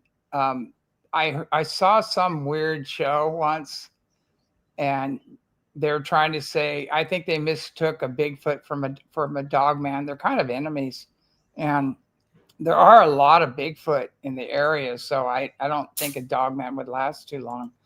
But I haven't seen any. I've been all over that forest at night. We go up there and do little rendezvous all the time, and I've been there for a long time. I was even doing reproduction surveys for the Forest Service. And I have seen a lot of ships, a lot of UFOs, and a lot of other creatures up there that are really bizarre, the little stick people and all that stuff. But no Dogman. So I haven't. I'm not saying it's not there. I mean, it's a dense forest, and there's miles and miles of it. But if somebody's seen a Dogman and has some photos or videos, I'd love to see them. Yeah, I think that's pretty negative. Maybe it's to the frequency. James does a ton of clearings through there. I mean, he's always talking about, daily. I mean, like more than once a day. I mean, it depends on you. Always out there. It seemed like clearing the air and clearing that energy space, which is great. If you saw the size of the footprints of Bigfoot that's been walking through there, and they're friendly, they kind of protect the place. Dogman wouldn't stand a chance. I mean, some of these things are huge, So how close? Because ECETI Ranch has everything. There you got the UFOs. I mean, the amount of contact that has occurred there is just unbelievable. Yeah. I've asked James. James has provided the evidence. You can go back in videos. I mean, he's always had pictures, videos. You can go through. You can listen. You can see for yourself. Go back on and see. Oh yeah, there's people too in the chat that they've been to ECETI, and one said 2020. Somebody's planning a trip there, so they love your vibe, James. They're coming for it. So they want to know if you know if Bigfoot and Dogman get along. No. Yeah, I wouldn't think so either. Yeah, no, they don't. They're very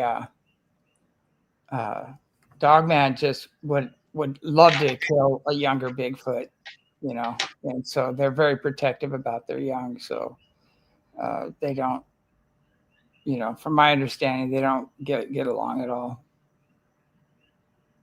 Yeah, I've heard the same thing. Yeah, there's a certain part of the cryptids I don't understand, but you're talking, I mean, how many sightings, I guess, Bigfoot, like, or Sasquatch, if I guess how many, like, do you think it's as much as ET, less than ET, or is it kind of continual? I know you're talking before about the apples, and Yeah. they really seem like they have a It's connection. less. It's less. I mean, they're around, and if people have the right state of mind and consciousness, they feel it. And if people are connected to them and put that out there, they'll pick it up and they'll interact with those people, especially children. They interact with the kids a lot. But there is a lot of activity, but nowhere near the ET activity, because there are ships in every size, shape, and color, you know, coming over there and going in and out of the mountain. And the mountain has a doorway to the inner earth. So, you know, those guys are in there as well. But, and it's in what they call a purple zone. We're in an area where it has high magnetic anomaly activity, and it's actually on government maps, and they call it a purple zone. So the veils are very thin there between worlds. And that's why we teach self-mastery, because we teach people how to heal unseen negative influences and protect themselves and work with the higher beings if they have a problem, you know, and clear them out. And your one guy was talking about the lion beings. We work very closely with some 17-foot tall lion beings, you know, the Syrians, and they kind of keep an eye on the place too as well. So, you know, good luck. Good luck with the other stuff. You know, it doesn't work out for them. Is that with the lion? I know that with the Native American, and people who don't know James, he does have that in his lineage. What exactly does that symbolize, the lion? Well, the lion are benevolent protectors, and they're the protectors of the ancient god, the little g gods. They were protectors of the gods. They're all throughout India, Narisha, Narshringa. And there's feline beings, and there's 3 levels of them. There's the 17-foot tall lion beings.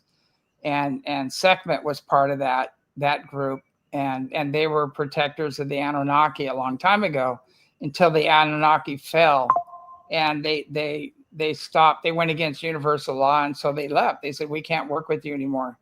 You know, you're not aligned with universal law. And then you have some humanoid cat humanoid beings like Bagheet and some of these other masters that show up, very beautiful 5th dimensional beings. And so there's a whole lineage of that. And it's funny how they call Jesus the Lion of Judea. You know, it's kind of interesting how that's incorporated. But it's a vast universe we live in. It's multidimensional. There's so much going on. And, you know, there's a lot of benevolent stuff coming in now to clean out any of the negative stuff. So there's a massive cleanup going on Earth. As I said before, there's a big reveal. Everything's being uncovered and made known. And people are going to be shocked, because when they find out the real history of Earth and the origins of religions and everything comes out, I mean, a lot of people are going to have a real hard time, you know, dealing with it, because, and, you know, we're going to go back to the true teachings of the masters. We're not going to lose it all. We're going to go back to the true teachings, and all the social engineered stuff is going to crash. That needs to happen. So there's a question the people want to get into ETs with both of you, and I guess to know about the blue avians, and I guess what I was looking for the first one. Basically, talk about your alliance with ETs, or who you both have in contact or with, if you're okay doing that. Sure. Go ahead. Yeah. Yeah, I've pretty much purposefully gone out of contact with just about everything I was interacting with. A lot of the things that we do think are from other planets in our reality are actually from truly other dimensions, other realms. And we do have ETs visiting us. It's just not very many. Most of what's visiting us is coming from other realms. And, since another one of the reasons I've been out of contact with a lot of these beings is I started meeting again with the Alliance. And after I had figured out a few things, it created a situation to where they opened up more.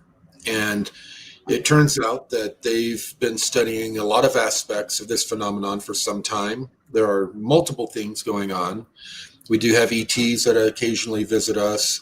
A lot of the ETs that we think of that come from a certain star system do, but in another dimension, to where that star system is more habitable and different. And, what's been shared with me is that there is a presence here that kind of dominates the earth, that's sort of like a giant parasite feeding off of us. We also have, I guess, what the Bible would call principalities, what other religions would call gods, the little g gods.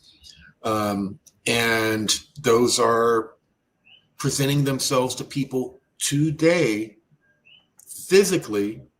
You can touch them physically in front of people, certain people, and they're presenting themselves as Hathor, all these different ancient Sumerian and ancient Egyptian and even Roman gods. And they've been presenting themselves to various secret societies for a lot of years. These secret societies, they say, the Collins elite, the Christian side of the DoD, is telling me that they believe that these fallen angels or principalities or little g gods are seeding humanity with technology so that we can build the technology to help them reach the heavens again, where they've been kicked out of. And there's all these different ideas going on from the people who control disclosure and the information. So I've been interacting a lot more with these people, finding out different perspectives about the different religion that's trying to be created right now by one of the aspects of this phenomenon. They're really interested in what the different little g gods or principalities are up to on the planet, because they seem to not get along with each other. Humans are resources. They kind of divided the earth up long ago, and they have their own realms. And some of these realms have darker little g gods or principalities, and some of them have more positive, but they all have their own agendas and they're not getting along. They say this ties into why NASA and scientists are so deeply into the occult, to the point to where they put the symbols on the rockets. They do actual ceremonies before they do certain space missions, and during them, the way the act of the mission fits certain ceremonial things. Why? Why are they doing all of this? There's so much more that I found out in the last 2 or 3 years than when I thought I knew everything. When I thought I knew everything, the Alliance, they were sitting back listening, writing down what I had to say. After I figured out I don't know everything about what's going on with this phenomenon, and I have been deceived in some places, have been in contact with angelic type energies and others, it was when I realized that, and I was able to come off of the ego and admit, okay, there's some stuff going on here that I thought I had figured out that I don't, that I started having more conversations with these people. And I started finding out there are families just like mine all across the United States who have signed non-disclosures, who have the government in their lives, studying the phenomenon, interacting with them, putting equipment in their house, coming in and interviewing family members and their children off alone, away from the parents. All of this kind of stuff has been going on. And I didn't know about any of this crap when I was on Cosmic Disclosure. There's a lot of the stuff I just did not know, and my perceptions have completely changed due to figuring some things out on my own, but also some of the Alliance finally coming clean with me. When I thought that they were being helpful with me before, they were just studying me. And now that I've figured certain things out, they're really happy, and they want my perspective more, and I don't trust them, so the interaction with them is very weird right now, but I am getting a lot of very interesting information. So true about NASA too. I'm like, Warner von Braun, they're Nazi scientists, it's like Operation Paperclip. I mean, we're wondering why how could it possibly go bad, So true. Yeah, we call it never a straight answer, but they got egg on their face with this 3-1 Atlas coming through.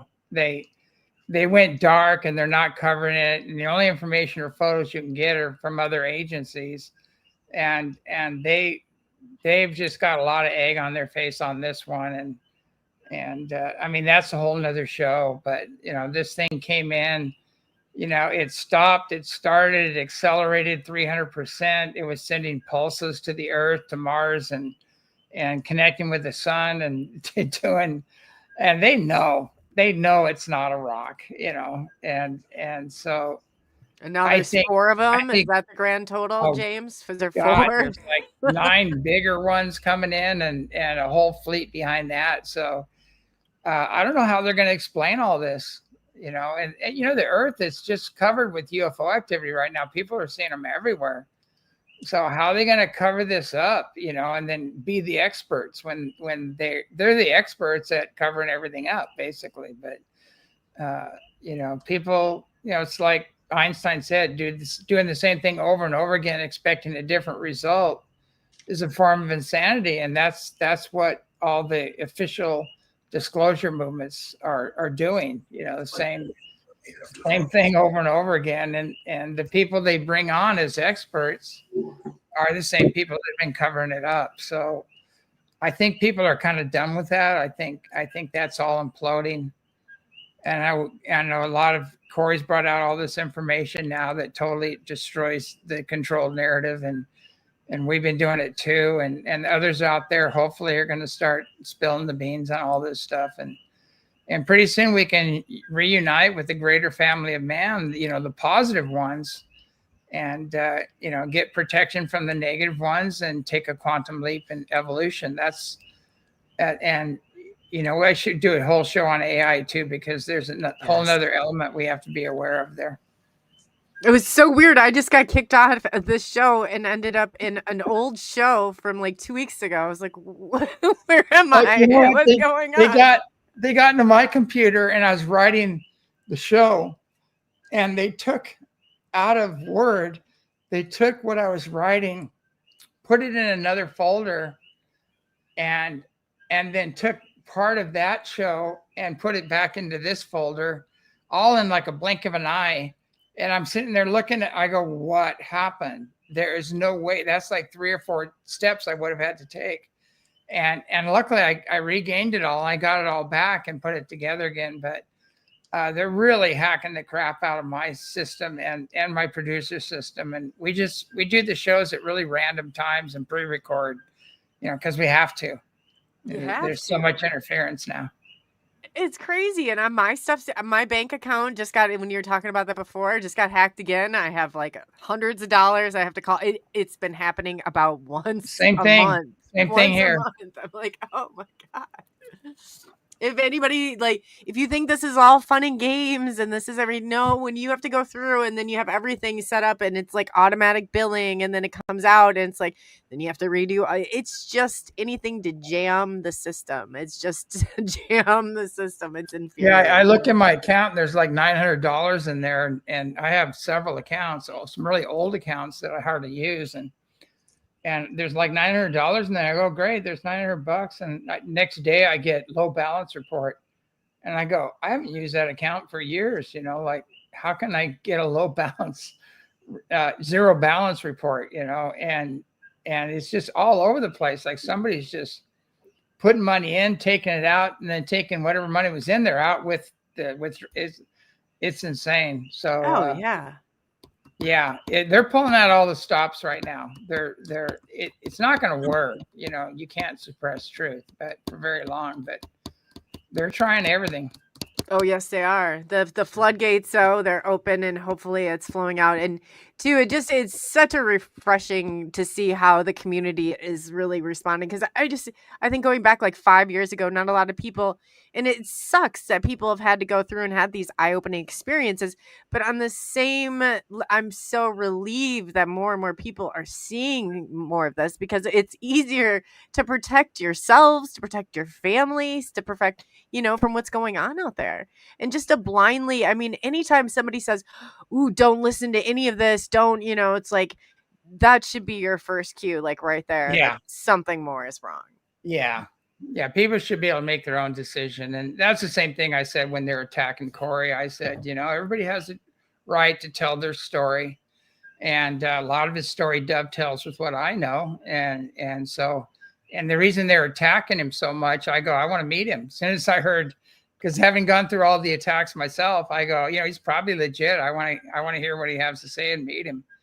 And so, definitely, we're being divided, and we need to not allow that to happen.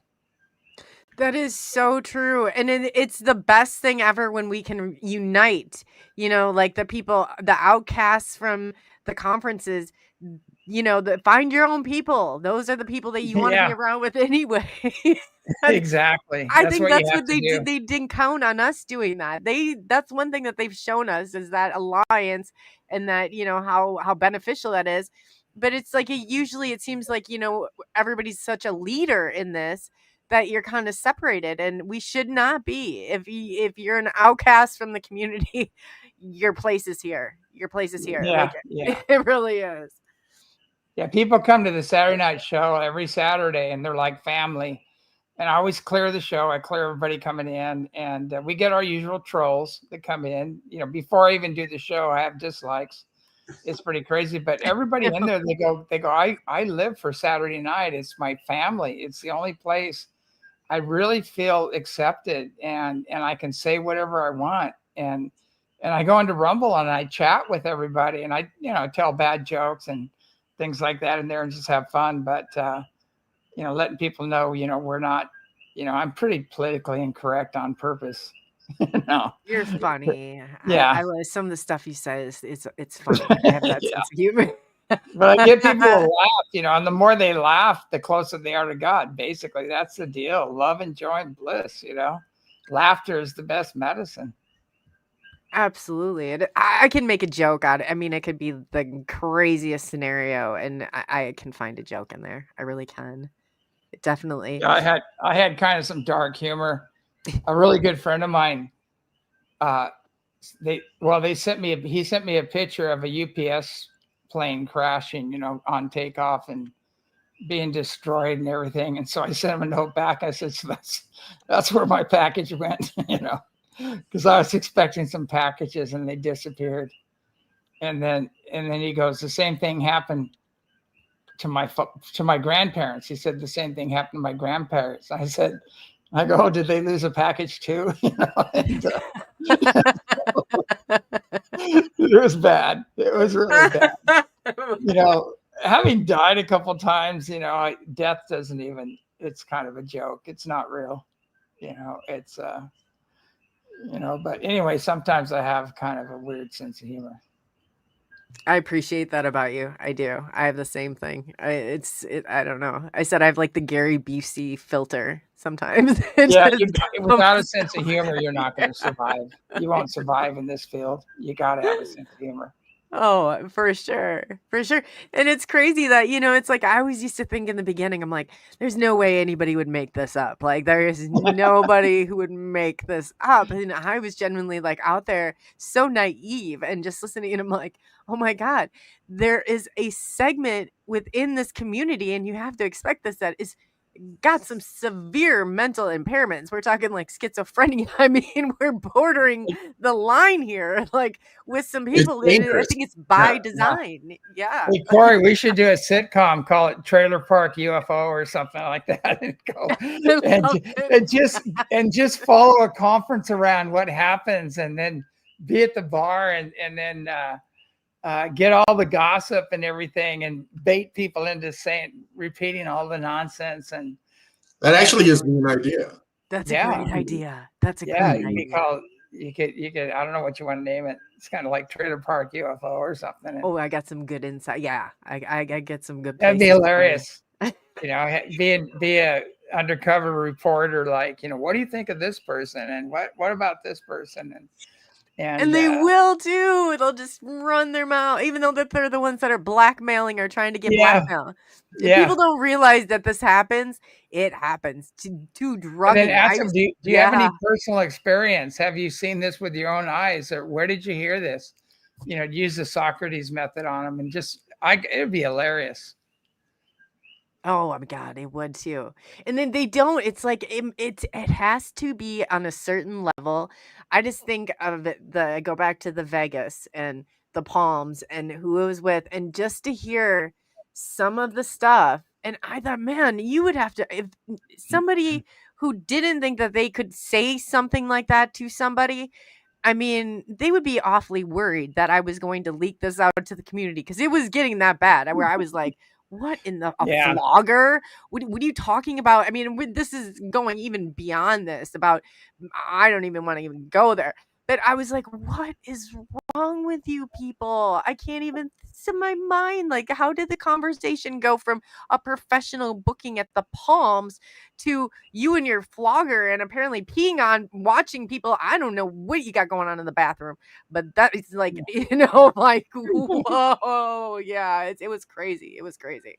I've heard stories from firsthand people of some of the things that go on, you know, off the podium, and I've seen a lot of it too myself, unfortunately, and even I hate to say it, there was even some child trafficking going on there, and sex trafficking, I guess. But and I was invited to come to some of these parties, and my spidey senses said, "Don't go," don't go, and they're going, "Oh, there's some very young women, very beautiful women going to be there," and I just. I said, well, I don't stay out late. I'm going to get a good night's sleep, so I'll be fresh in the morning, and didn't go. And then I found out later these guys got busted, for a setup. And you got all these Manchurian candidates out there too. These women that are set up, and they're programmed to take you down. And a lot of them are beautiful. I mean, they're beautiful, and they're like Corey was saying, they have all these stars in their eyes, and they go, "Oh, I love you." And as soon as you don't fulfill their agenda, you might burp and fart and fall off the pedestal. Then they go for the throat, and they get all the other victims around them and come after you. And it's just crazy. I had some of the women, and it happens a lot. And you're right. There are some of the most beautiful women in the world in this movement, and they're at the conferences. And this community is sexually open. So there's just a whole lot of opportunity for crazy situations to happen, Yeah. And so there are a lot of opportunities for people to come in and purposefully take someone else down. But in general, it's just a very kind of open, wild, and crazy kind of community in general. And I mean, it was very shocking for me in the beginning, to where, you would have just amazing, gorgeous hippie chicks coming up to you and, in no uncertain terms telling you that they would like to exchange codes or energy or whatever. Yeah. That There's always a weirder element to it too. But they call it something else, like it's some sort of spiritual exchange or something. Energy transfer. Oh my God. And the thing is, if you say no, depending on the woman, some of the women are very traumatized. If you say no, you become every man that ever traumatized them in their entire life. Exactly. You're the lightning rod that they go after. And it is crazy. I turned down one lady who was on our team, an older lady. She was, my wife was asleep in the next room. It was at an event and we were staying up late and we're talking. And she comes on to me and I'm like, I can't do this, and she got pissed. She stood up and she said, well, 20 years ago, you had been tripping all over yourself to be with me, and walks out of the room. And I think it's over. Okay. I'm like, okay. The next day, she goes on a walk with Stacy and Stacy's friend, ironically, the one who got accused of having an affair with me. Mm-hmm. And she starts telling Stacy what a chauvinist I am. I guess because I wouldn't accept her. It's just bizarre. So energy exchange offer. Yeah. You just have to stay out of the situation, because if you're in a situation and they come to you with all these expectations and you don't meet them, it gets bad. It gets really bad. Yeah, there's nothing worse than a woman scorned, they say. And, the thing is that a lot of the rumors that were out there were not because of what I did, it's because of what I didn't do. Oh, yeah. And I didn't go forward, or I didn't get involved. And some were married and had kids and things like that. And I go, I don't do that. I'm sorry, I don't do that. And then they started bawling and they ran to all these other women. And next thing I have a whole army of women coming after me. And I go, wait a second. I said, I'm the evil person here for not wanting to break up a marriage and take advantage of somebody with children. Like, I'm the bad guy. How'd that happen? Yeah, when did this all switch? Well, there's the borderline personality disorder, emotional intensity disorder. It's like they love you or hate you, and if you reject them, that abandonment, God help you, you better go run and hide. I tried to do it very gracefully. I told him, I said, you're a very beautiful woman. It's very tempting, but I'm with somebody right now, and I would feel shitty if they were having with somebody else, and so I'm going to be respectful. And I try to say it in a very gracious way, but no matter what, you're damned if you do and damned if you don't. I've never seen anything like it. And so I just kind of got out of the public. As I said before, I have a very private life, and I every once in a while I let somebody in, and I'm very disappointed, unfortunately, Every time. Every time. And it's crazy because it's like in the normies, it's like, I'm not explaining all this. I'm not explaining, and just even start from, can you imagine square one? But man, this community is full of wackadoodle central sometimes. I'm like, whoo, deep breaths. Yeah, it's crazy. Breaths. Hey, I gotta sign off pretty quick because I have a coffee picking crew here, and they're hungry and they want to make dinner, and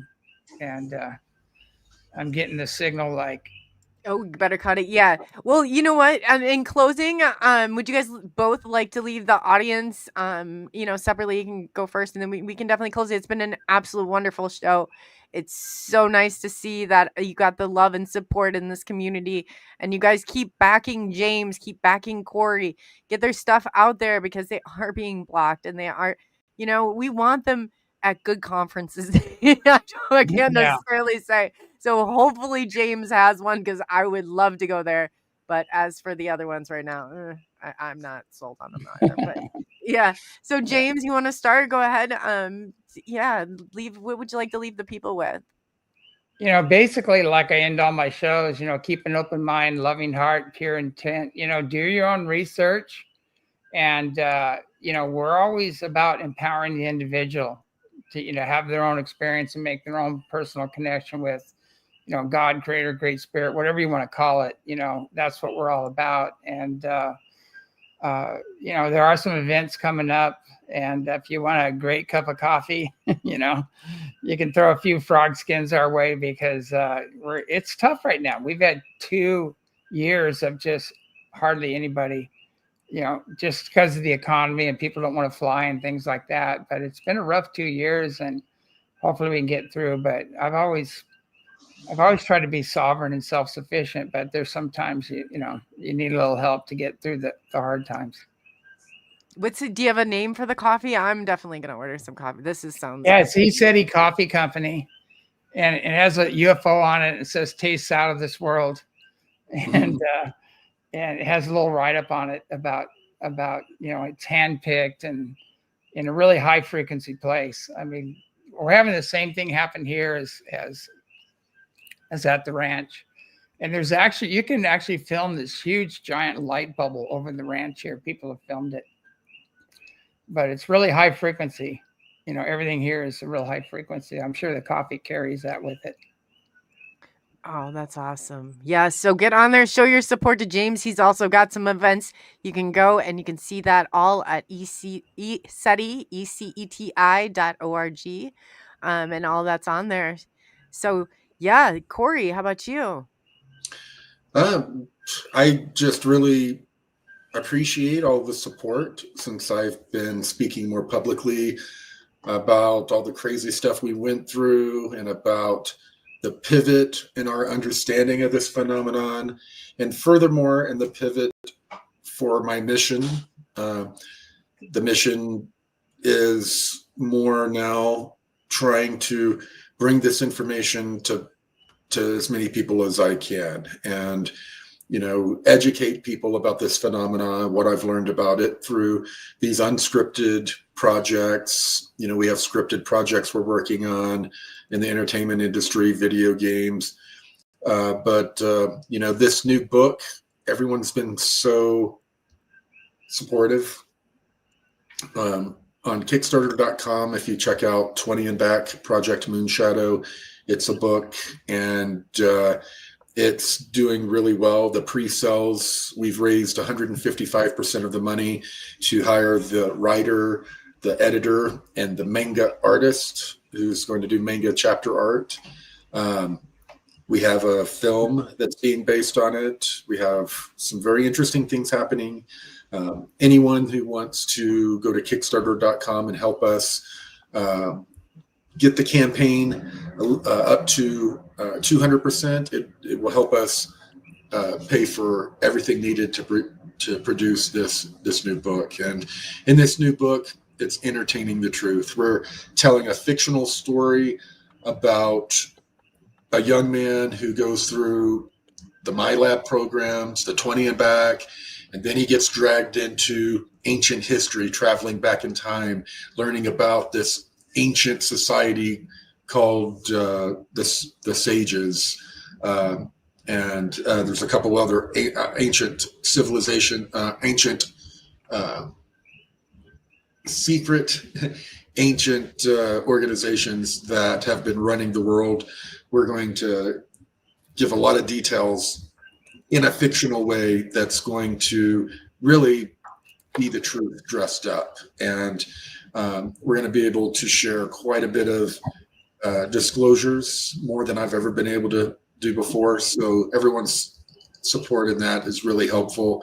And just in general, focus inward, try to understand that there's a lot going on in this phenomenon that not any one person can fully understand. So cut yourself a break and know that you can't know it all, and just, ride this ride and see where it leads us, because we're coming very close to some sort of disclosure appearing in the skies, and it's not going to be our ships. It's going to be them showing themselves. Oh yeah, that's so true too. That is so true. I was just pulling real quick your link off from Kickstarter off of Thank you. Twitter, so I'll get that. I'm gonna put that in there right now just to make sure that. So definitely, you guys, if you can help contribute, this is a great project. Great information out there. The link is down there. I just put it in chat. For some reason, it's just going in just a little bit, but should see that on there now.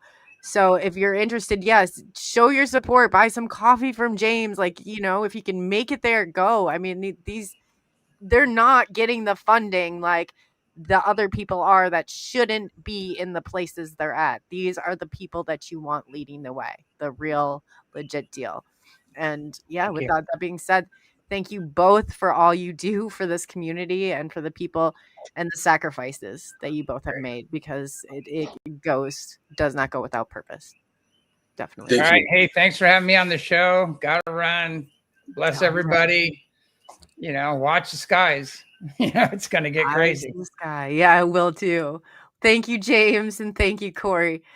Wow, tonight could not have gone better. It really, I absolutely just loved seeing the response of the people, you know, and just hearing James and Corey and just getting the support, because a lot of times, you know, they're in that place, they're leading the way to so much of this, and yet they don't get to hear all of that. They don't get to hear that from the people. I even know, like, myself, and I'm not saying that I'm on that same level, but I don't get that positive reinforcement usually. So yeah, it was absolutely wonderful and beautiful to hear. So I absolutely love it. Thank you. Oh, you guys are awesome. You guys are absolutely awesome. And Madpox 777-3155 Storm. You guys, that's amazing. Midnight Mark 20 or 22. Got you. Yeah, that's Kurt W75. You guys have been just absolutely awesome. And to the mods tonight, I really appreciate all you did and keeping this chat and keeping this space, like, you know, they deserve that, you know, especially like not being able to tell your story, not being able, all these accusations coming upon you. It's just not cool not to be able to speak. So, oh, thank you, John. Yes, so much love to the mods. Afromancer, yes. Oh, Wolfie22. Yeah, thank you guys. Again, I have just a little bit of a cold, some congestion going on, so I thank you for bearing with me. But yeah, we'll see you guys all back. We have some great shows. Friday, Amy Murphy's coming back, and she's gonna have her dueling ghost hunting equipment, Alice. So it's gonna be the Go Ask Alice duel. And Daryl Denton is gonna be on Friday. I just got confirmation. I haven't had a chance to check back in with him, but yeah, he's always great to have on. So, and then everybody else, you know, please, we'd love your support. Please tune back in, drop in, say hello and chat, but just, you know, good vibes. That's right. Good vibes. I love it. So, on behalf of SNX Radio, I'm Coley, and thank you for taking the journey into the unknown. And until tomorrow night, be good to one another.